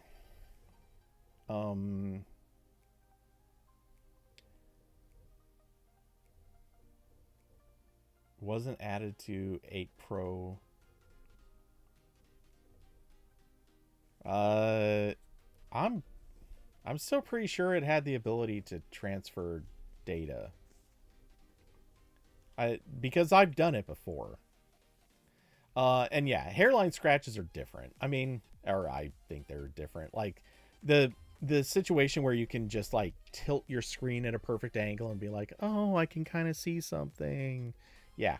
It's not like that. I mean, this was actually like a it wasn't a deep gouge, but it was the sort of scratch that you could see it if you just look at it. So yeah, that was a little bit of a that was timing, because that phone otherwise was absolutely pristine. You can't transfer text or call logs before Pixel 9 series. I'm not sure if that's right either, but I can't say that one with as much confidence. Thing is, I don't know. I can't say it with confidence, but I'm pretty sure you could do it. I just don't know how far back. The thing is, I also don't. That's a big thing. Like, for so many years, like I said, I've been just setting up new every time, and this time I just figured I'd give it a shot because why not? But yeah, I don't know if that'll necessarily be the case ever again. I'm not complaining about it. I think it's fine. It's just the next time I get a phone, or the next time I trade in for a new Pixel, I'm going to try to just get the update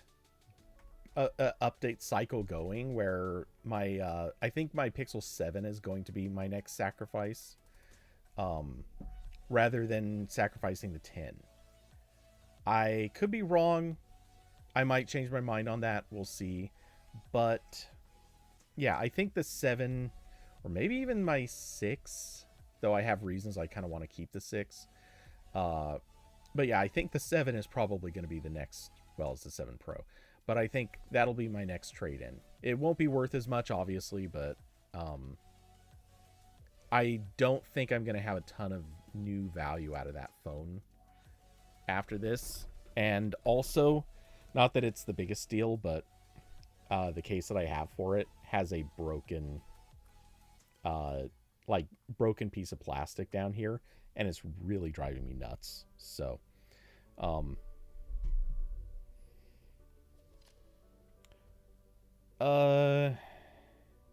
Was the phone also running software from like July on setup? I didn't look. And I think I got an update. I think I had an update to it at some point when it started up. I didn't actually look super closely.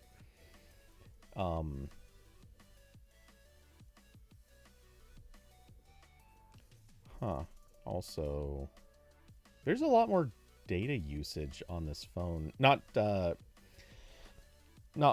wireless usage, but storage usage on this phone than there should be. I need to look at how much stuff got moved over, I think, because this is consuming way. There's somehow 59 gigs on here. That does not make sense. How could it have transferred all that? Okay. Interesting. So it did actually transfer a lot of files over that I didn't think it would. And yeah, Carson, exactly. Why is Google not forcing update? Or not, okay, look, forcing updates would be bad. I think forcing update would be a bad idea for a number of reasons. Asking or offering to update, however, would be a fantastic idea, and I don't understand why they don't do that. That drives me crazy. Why is it that when you set up a Pixel phone, it should hit the servers and be like, hey, we recognize that there's a update out there. Would you like to install this first before you do a setup?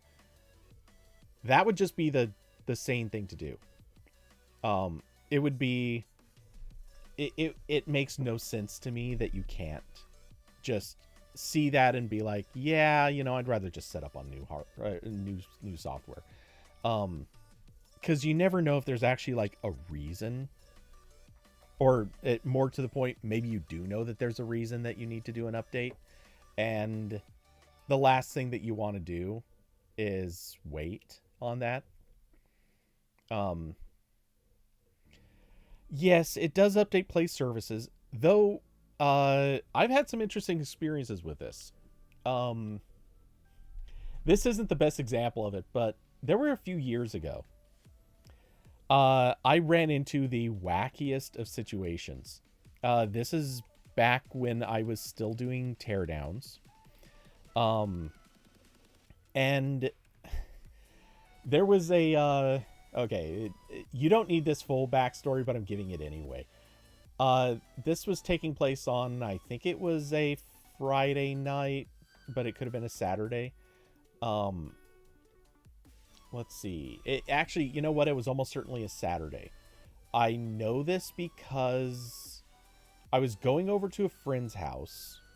I was going there for a pool party. He had this insane in-ground pool that he had built. But technically I did go over there earlier so that I could catch, I believe it was a UFC fight. But whatever it was, I went over there early, and for some reason I had to do a factory reset on an older phone and set it up. So I was doing all of this through a Wi-Fi hotspot on my actual carry phone. And as I was setting up this older phone, I did the factory reset. I started setting everything up, and because it had old versions of the Play Store, Play Services, all of that stuff, it started having some interesting problems. Literally, it updated one of these things to a version so new that it was breaking other things. What I believe was happening, I think it updated the Play Services before it updated the Play Store, or maybe it was updated the Play Store before Play Services, whichever.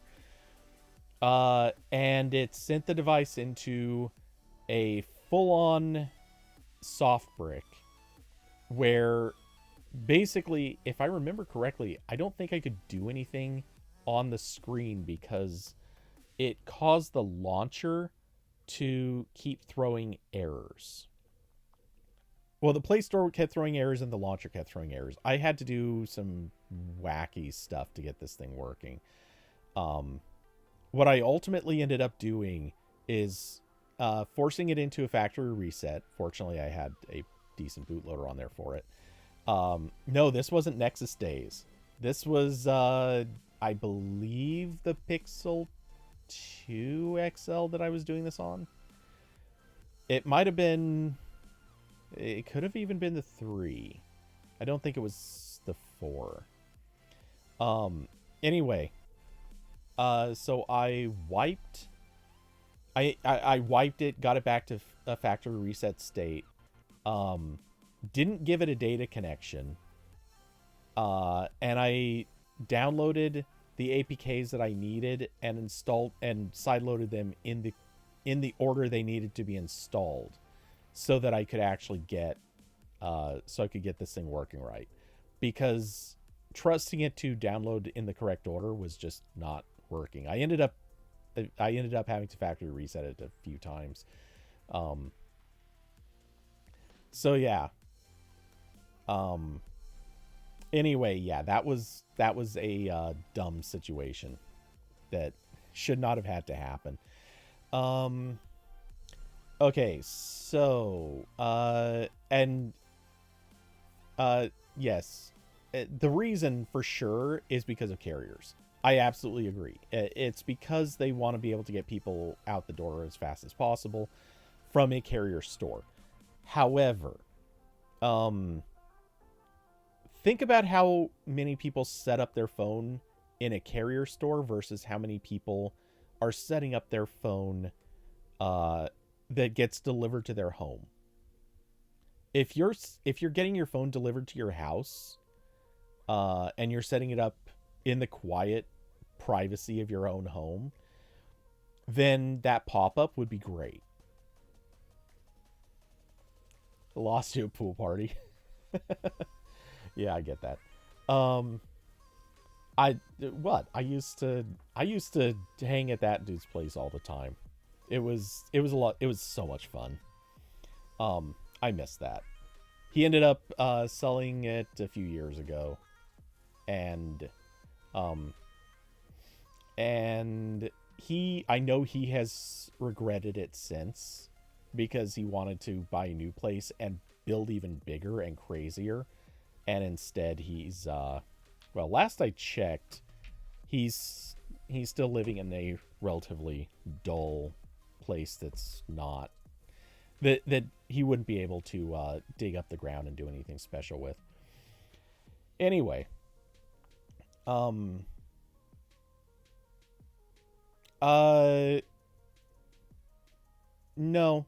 it's the same place. Different party, different day, but same place. And there's a lot of wacky stories that came out of there. Let's just say that a lot of wacky stories came out of there. That's where my car got totaled. I was parked on the street and a drunk driver whipped out of one of the driveways and plowed right into my car. And let's see, I know I still have pictures of this in Google Photos.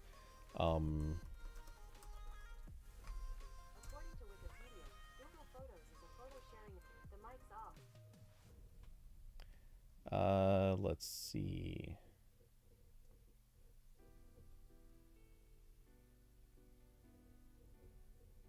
Yeah, so... Oh, I need to switch scene to... Yep. Yeah. That's where somebody did that to my car. That is, yes, absolutely a rear tire that is still attached, but only kind of. So, yeah, that happened there. Let's see. The owner of the house set up a stunt. I have the footage for this, but I don't know where it's at the moment. Well, I do know where it's at, but I can't get to it too easily.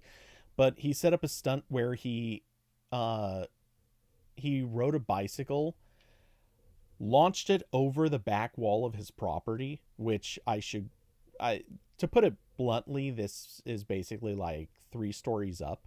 Well, maybe 2 stories up. He launched a bike off of that, and he landed in his pool, which was again like 3 stories down. So yeah, that happened. Um, let's see. There was oh, what else? Da, da, da. Oh, there was somebody who drove their pickup. We no one saw this happen. But somebody drove a pickup, or was it a car? Anyway, somehow they got it over um the edge of a parking lot, so that it was just like teetering on like a concrete edge of a parking lot. It was so that had there was a lot of effort to bring that back to a drivable state. Um let's see. There, there's been a lot of weird stuff that happened there. Um and yeah, it's fun times. Really fun times. Um Not always the safest of times, but fun times. Um yeah, so let's see. Anyway,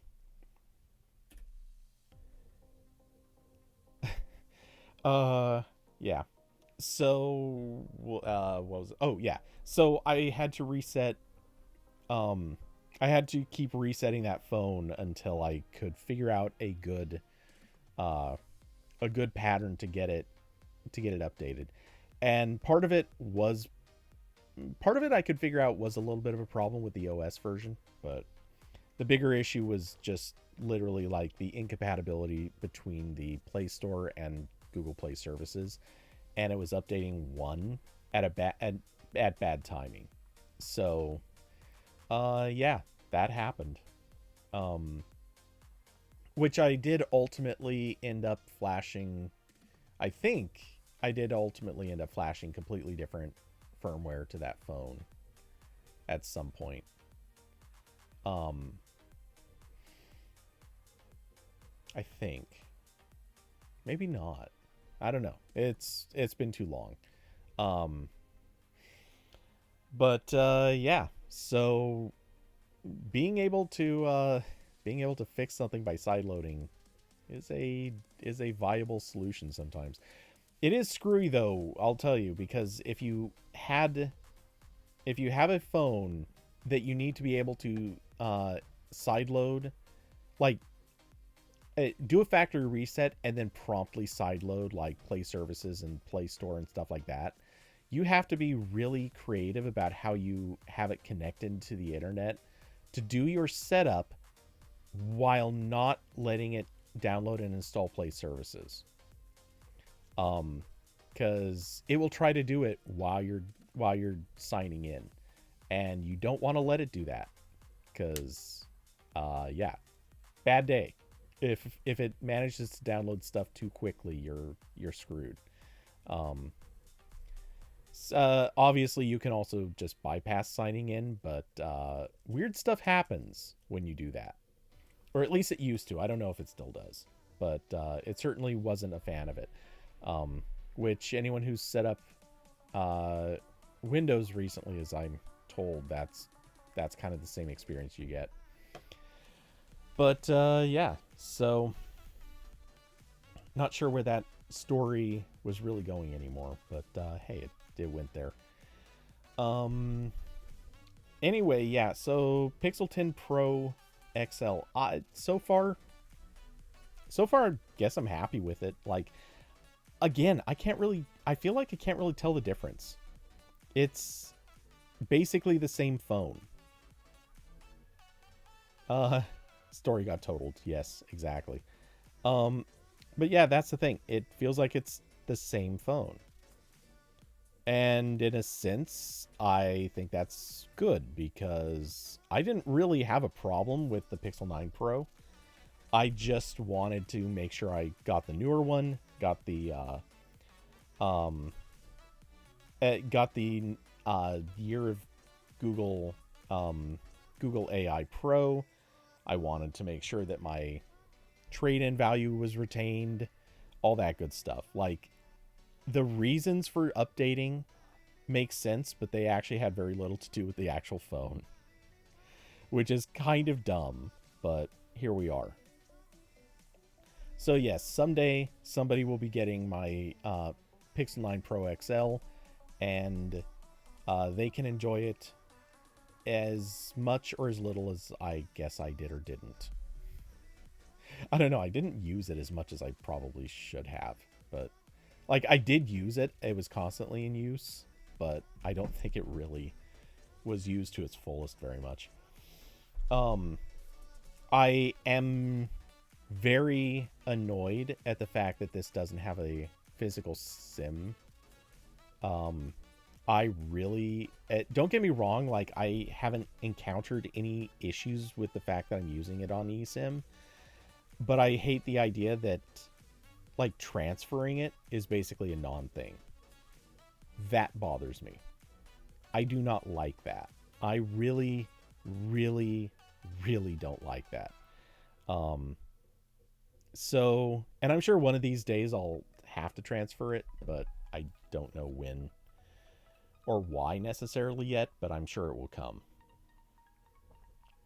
In the meantime, I'm enjoying the fact that I can still pop the SIM card out of my Pixel 7 Pro, because that is also the phone that I do more calls with. So in the offhand chance that I need a phone that is a like actual like receiving calls phone, that's the SIM I'm going to be popping out. The other one is more kind of my emergency, like personal backup phone. But hey, it is what it is. Okay, I don't know. I'm kind of at this point, I think I'm kind of babbling. Trying to see if there's, or trying to think if there's anything else that warrants mentioning, and I'm not sure that there is.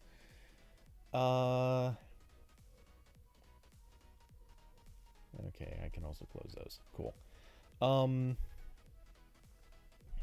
I don't know. Yeah, there's Dune 3 and Spider-Man thoughts. Dune 3. Man, I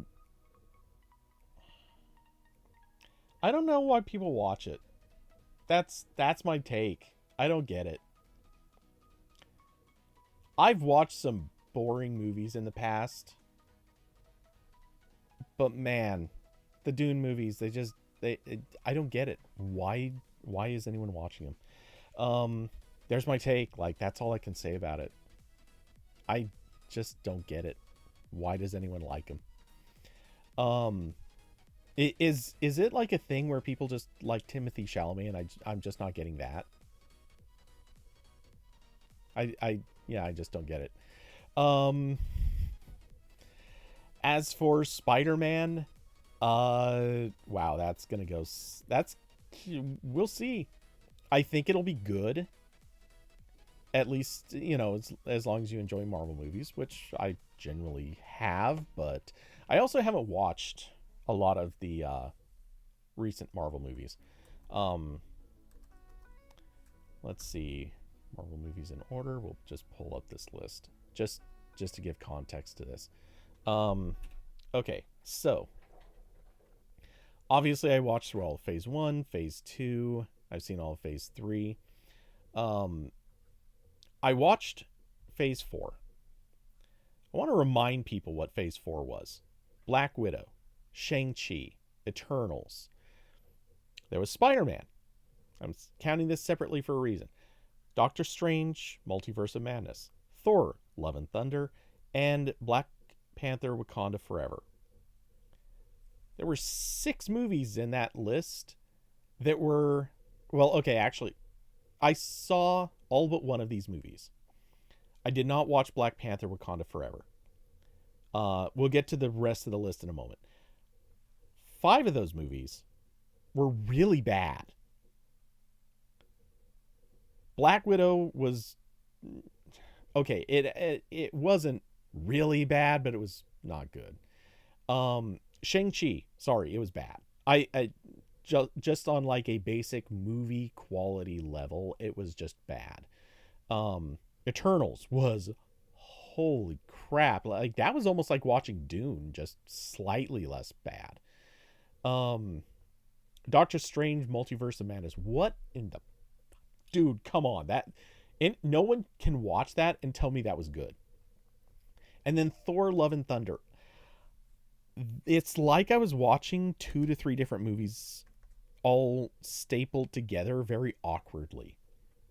Um that was that one was a mess. The only one good in that whole list was Spider-Man No Way Home. That's it.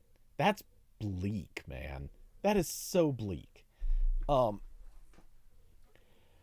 you think Doctor Strange was better than Thor? Look, I'm not gonna agree or disagree. This was just on like that level where, how do I illustrate this properly? It's sort of like if you asked someone to make a choice between eating uh Rocky Road ice cream with turkey gravy on it, or if you'd rather eat steak with Jolly Rancher coating. Like no one wants either of these, and choosing which one's better is that's a impossible challenge. Or maybe not an impossible challenge. It's just a challenge that's not worth. It's not something you need to do. They're both just bad. Um uh yes, I know. That ending for Thor was so cringe. Um Honestly, the way that they treated Thor as a character was just cringe by itself. I mean, they went full himbo with him in a way that I think was honestly like disrespectful to the character of Thor. Um they just made him so dumb. Like too dumb to be just too dumb. Like it was bad. Um so yeah, anyway, the point I'm making is while I'm not going to judge Black Panther Wakanda Forever, though I didn't hear great things about it. I know I did hear some good things too, but I heard some pretty iffy things. Um so if you the only good movie out of that entire list that I'm sure was good that I saw was Spider-Man No Way Home. So that's a lot of bad movies in a row. Then Phase 5 came. I have not seen anything out of Phase 5 except for Deadpool and Wolverine. And Carson, that's exactly it. You said it right there. Phase 5 was even worse. I didn't watch any of these, but I've heard. Ant-Man and Wasp Quantumania, famously bad. Guardians of the Galaxy 3. I liked I liked 1, and then 2 wasn't bad. It wasn't great, but it wasn't bad. Uh I've heard bad things about the Marvels. Truth be told, I think that has more to do with people's weird politics, but I'm sure it was also a not great movie. I know nothing about Brave New World. I will watch it someday. And I actually heard some okay things about Thunderbolts. But yeah, this was not a good phase either. Or at least it started as kind of a bad phase, and maybe it picked up, but maybe it didn't. Whatever. Deadpool and Wolverine, look, there are mixed opinions on this one. I will dig in my heels on a particular point. I'm not going to judge whether or not it or well, I will make this judgment in a second, but stick with me on this. Whether or not it's a good movie is besides the point. It is what the first movie would have been if they could have made the first movie correctly. It is what everyone expected and wanted the first movie to be, because if you know enough about Deadpool as a character, that was actually a lot closer to what Deadpool is supposed to be. And I've never read the comics. I'm basing this on what other comic book nerds have told me. So I'm just trusting them. But there you go. My understanding is that was a lot truer to the Deadpool character. That makes me kind of respect it a little bit more. Okay. But I know a lot of people hated it. Fine, whatever. I thought it was entertaining. I didn't think it was good necessarily. It certainly wasn't great, but it was fine. Um yeah, so anyway, when all of phase 5 for the most part had a pretty mediocre reception too,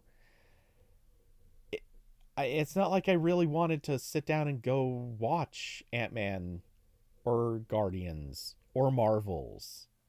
Like at that point it's like, okay, now I'm falling behind. And this is what I'm getting into. This is the point I'm starting to make. We're now into phase 6. We're now the first one has come out. That's Fantastic Four First Steps. Haven't watched it. Spider-Man Brand New Day. That's going to be the next one coming out. And that's, of course, what you asked about. Here's the thing. Okay, actually, going back just one half step. Fantastic Four First Steps, supposedly pretty good. Though there were certainly some mixed feelings on that one, too. But okay, now here's my point on Spider-Man. They've got a lot to make up for a movie that is still in the MCU's world, even if it's also sort of Sony's world or whatever. They have a lot to make up for on this. They have a lot to try to steer this shit back on course. And they have a situation where you've got a character who has a very good reason to be kind of emo, who also, I think that this is kind of worth highlighting. The actors are now 5 years older, like in real life, 5 years older. So they're going to look a little different. They're going to act a little different. They're going to have some pretty notable differences to them. Not that that's a bad thing. I'm just highlighting it's very much going to be like this is a 5 years later situation. And they're going to be setting up a whole lot of they're going to have to do a lot. They're going to have to carry a lot of weight because right now it's the only one of the franchises that isn't sort of in a burning mess of a state. So, it's funny you said that because I'm just going to call this out, but you said seems like a big jump from the whole high school thing. I mean, Zendaya kind of knows what that's like, because let's be honest, Euphoria and jumping from high school into whatever season 3 is gonna be, or is already. Is that airing yet? I haven't looked. Yeah, she's her entire adult or semi-adult career is going to be playing somebody who is just perpetually either in high school or just getting out of high school. Good work if you can get it. But okay, so it's next month. Got it. Um and you said it seemed fun when it was based in high school. I don't know that I okay, so I don't disagree. The first one being in high school, rock solid. That was great. Even if he wasn't the right age to be playing in high school anymore, it was fine. Like he had the look. It worked. Um, they did well with that. Uh, Tom Holland, by the way. I don't know why, but my brain was not going to the actor's name for a little bit. Um, in the second one, they obviously had a storyline explanation for that, which okay, good. Um, but yeah, so quirky and weird, and they made it work. Um, and then comes or sorry, then came number three. They were already out of high school, weren't they? Like they had to be, right?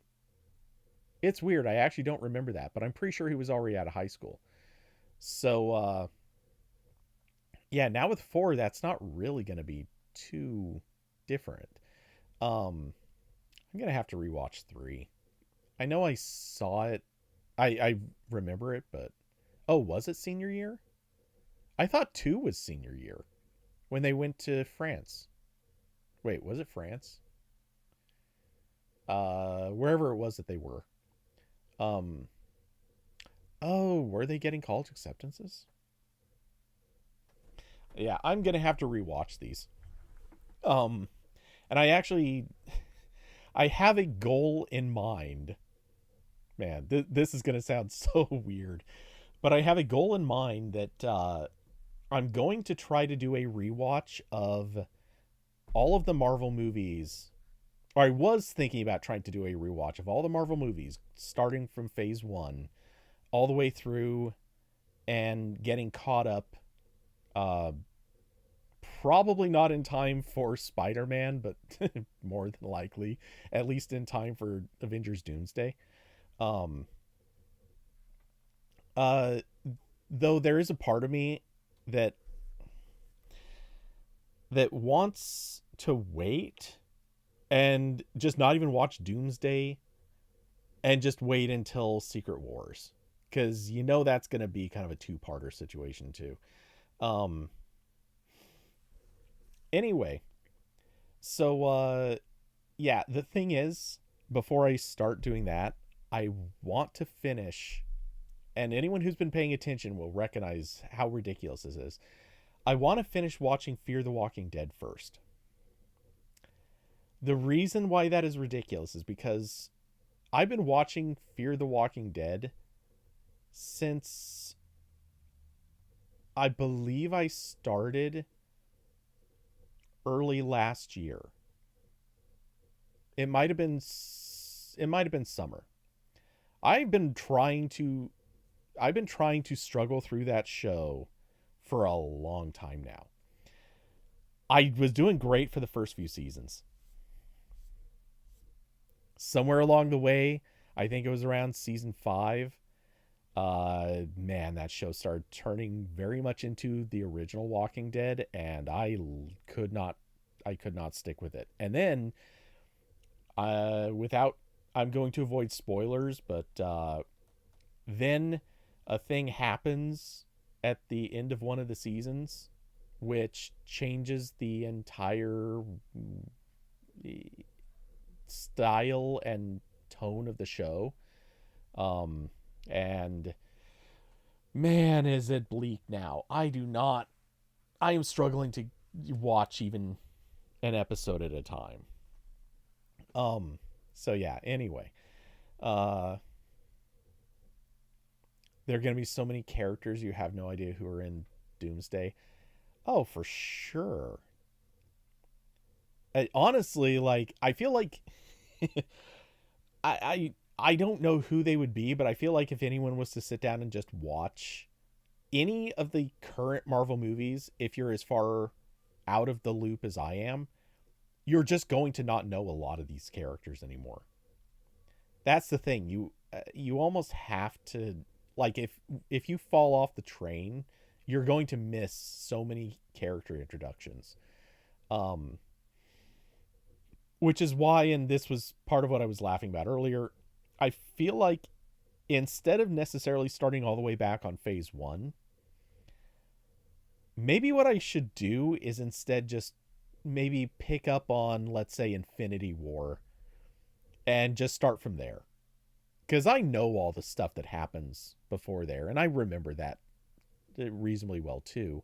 But yeah, if I just started on Infinity War and uh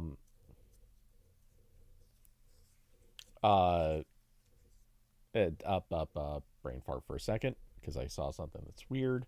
But yeah, if I just started on Infinity War and move forward, like, that would give me pretty much everything I need to see, and without having to rewatch the entire thing from scratch. That would save me what, like, unironically, that would save me what, like, 30 hours. Is that actually correct? I think it is. Because I think every MCU movie, with like one or two exceptions, is at least 2 hours. So that's there's 6, 12, 14, 16, 18.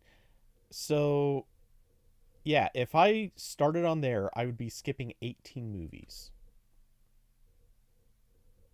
So yeah, it's certainly more than 30 hours. That would save me 30 hours worth of watching if I skip straight to Infinity War. Oh my god, that's so frightening when you actually say it out loud. Um, huh. Yeah. Also, I'm thinking because that's about the same number of movies that I know are bad that I would have to struggle through. I guess it's not 18, but I know I'd have to go through quite a few bad movies in there. And to think that that's committing to at least like what? 1, 2, 3, 4, 5, probably 6, 7, 8, 9. I mean, that's at least 9 movies that are gonna be bad in a almost in a row. So that's like 22 hours of bad movie that you'd be committing to just to do a full watch through. That's rough, man. That's so rough. Why? Why? Should I just not do this? I I I look, I'm not committed to off ramping on the MCU, but there is an argument to be made for wouldn't necessarily be the worst idea. Just just casually be like, you know what? I'll just keep I'll save until such and such movie comes out, and then you just keep moving the bar. Like right now, I could say I'll just wait for Avengers: Secret Wars, and then somewhere along the way they will announce like future movies. I I don't think it'll be Phase 7 for a while, but they'll eventually announce future movies, and I can just then move the bar to the next one and the next one and the next one, and just eventually be like, you know what? I haven't watched like 18 movies. I'm just gonna say I don't watch MCU anymore. I'm not gonna do that, but there's a part of me that's like I could escape the trap. I could escape this abusive relationship. Um, that being said, and I know that this is going to sound ridiculous, but um,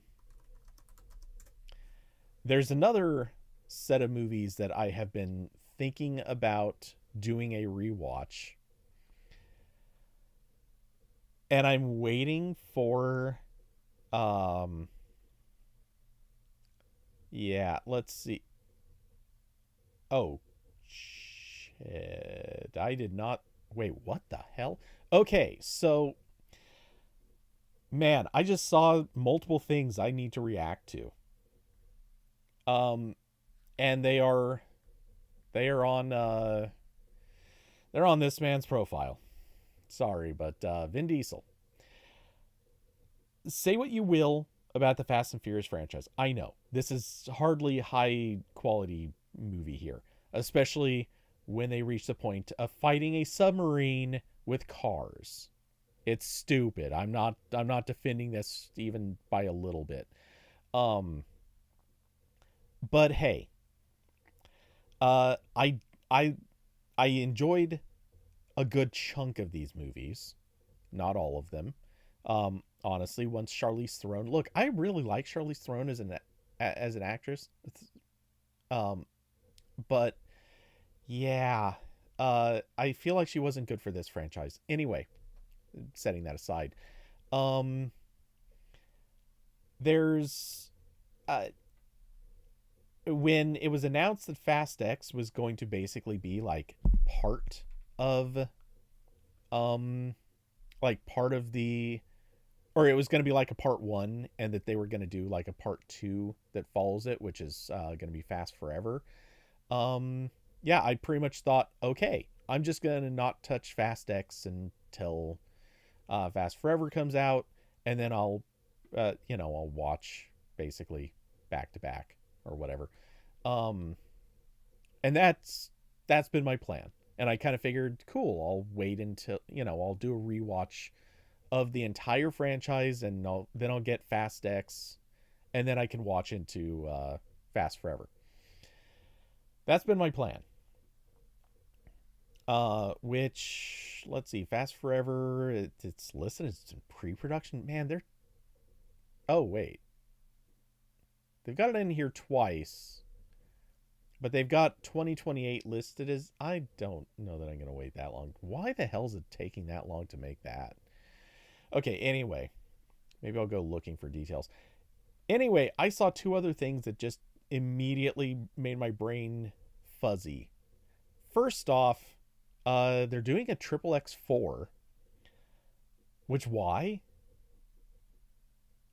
I mean, the first one was actually kind of good. The second one, I don't think I watched because literally everyone said it was horrible. The third one I watched and it was not good. And now they're making a fourth? That just doesn't make sense to me. But the one that really blows my mind, they're making Riddick Furia. I don't know how many people care about Pitch Black or the Riddick movies, but I love Pitch Black. It's maybe aged a little bit now, but it was a great movie. Uh the first Riddick movie was fantastic. I know a lot of people didn't like it, or they thought it was just too whatever. I think it was a great movie. They had a lot of really good ideas. Um, and then they completely butchered it with the two that they made after that. Neither one of them was good. Um, they completely missed the point. Uh, the, yeah, just they completely missed it. They didn't know what they were doing. They screwed up. It is what it is. Um, so yeah. Um,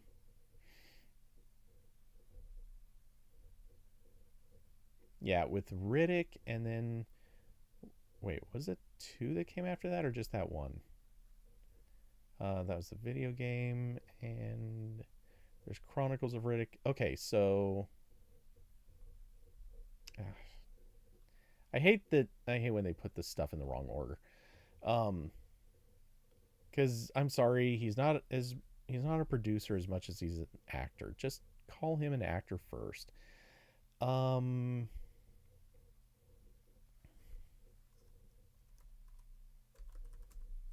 just gonna do this for faster searching.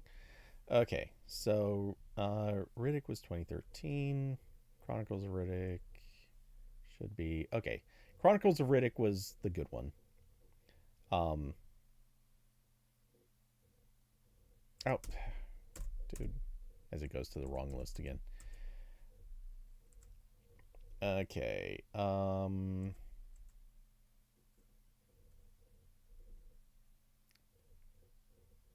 Yeah, okay. That's just making sure I wasn't getting the names wrong. So yeah, it was Pitch Black first, then Chronicles of Riddick. Then they did okay, and then it was just Riddick. And that was the one that sucked. So yeah, they're hopefully they fix it now with Furia. Cause yeah, they just did a bad job um with the with the last Riddick movie. I don't know if I have a lot of faith in them doing it again, but at the same time, I'm kind of hoping that they have an idea on how they can actually like wrap it up and do it well. We'll see. Um. Anyway, yeah. So weird movie talk. Um. And we'll see if they can make Fast Forever good. They need to. I don't know. Is there is there anything else you want me to sidetrack onto, or should I call it? Um, honestly like just briefly thinking back, I'm trying to think of something that could actually make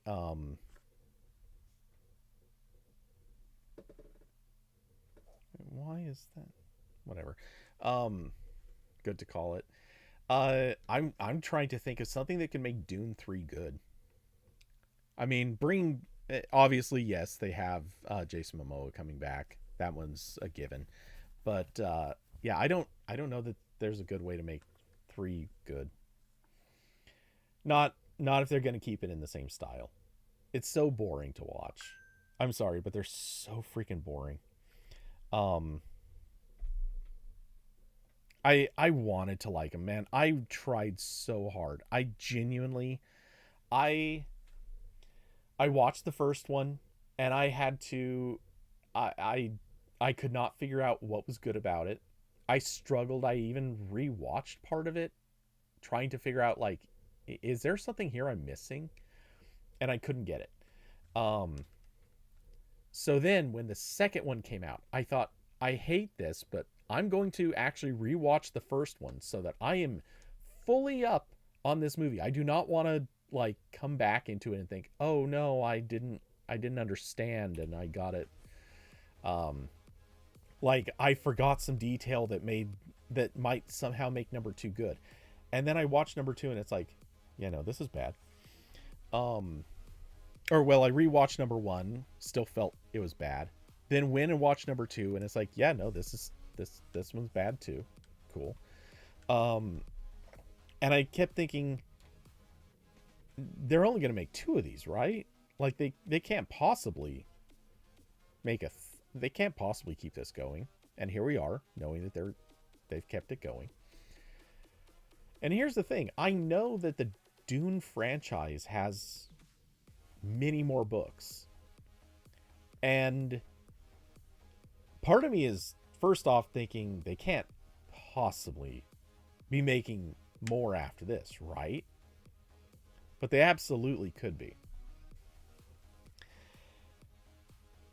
And boy, do I not want that.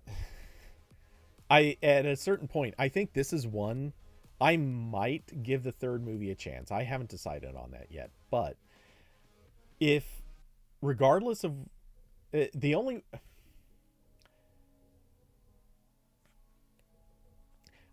what I'm trying to get to is I might just off ramp Dune. I might just off ramp Dune. I might give the third one a shot, but unless the third one is just spectacular, I don't think I'm going to give any more chance after that. Which I already should be giving them that many chances. Like if I hated the first and the second, I don't know why I would even give the third a try, but yeah. I just don't get it. Like I think that's why I've been watching them is other people are saying they're so good and I'm like, what am I missing? Is this like those pictures that if you stare at long enough and kind of go cross-eyed or whatever, all of a sudden you can see like a a a, like a sailboat in it, or like a dragon screwing a Volvo, or whatever, like whatever thing you can see when your brain just kind of flips out for a second and it's like, oh, all the colors came together right. Yeah, like I've never been able to see those, by the way. And I've tried so many times looking at those. I've never been able to see anything in those pictures. But like, is that the situation with Dune?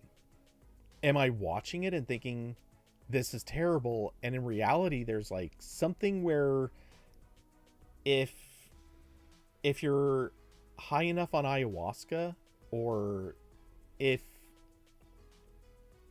I don't know, maybe you've got a crush on Timothy Chalamet. I don't know, like, what is the... Somebody convince me Dune is good.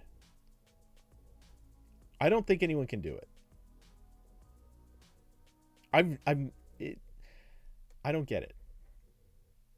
I that's it. I don't get it. I'm not sure that there's ever going to be an explanation for it. And also, on the subject of future or current, upcoming, whatever, movies, as I understand it, Frank Herbert wrote some pretty messed up stuff in just the first couple of books. And we saw a little bit of that, but not even that much. As I understand it, Frank Herbert gets a lot creepier as things get further along. There's some stuff that I'm pretty sure they're just going to have to like casually like just say, you know what, we're just not going to have that in these movies because that's a little too intense for audiences. And even then, like, I don't know. I don't know. I don't get Dune. I don't get Dune. You know, and it stems back like years and years ago. I kept hearing about how great the Dune miniseries was with Patrick Stewart in it. And I always intended to watch it, and I never did. And I think I dodged several bullets with that choice. And now that I'm suffering through the new one, I'm thinking, man, I should have watched those. I should have watched the original miniseries so that I would know not to watch Dune now.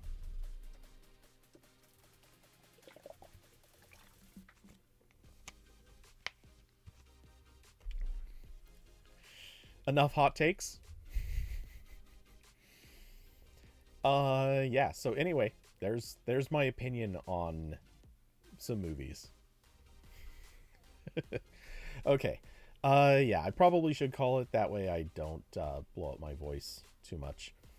So let's see. I should be back this weekend for some game streams. Gonna be, let's see, yeah, probably playing Overwatch. There's a part of me that is really thinking about taking at least like a night to do some Borderlands. Borderlands 3. Just do like a speed run of all the in-game content or something. I'm thinking about doing that because I want to try to reacclimate myself to using keyboard and mouse for a lot more aim. And I was pretty good at it with Borderlands, and for some reason I'm struggling more in Overwatch.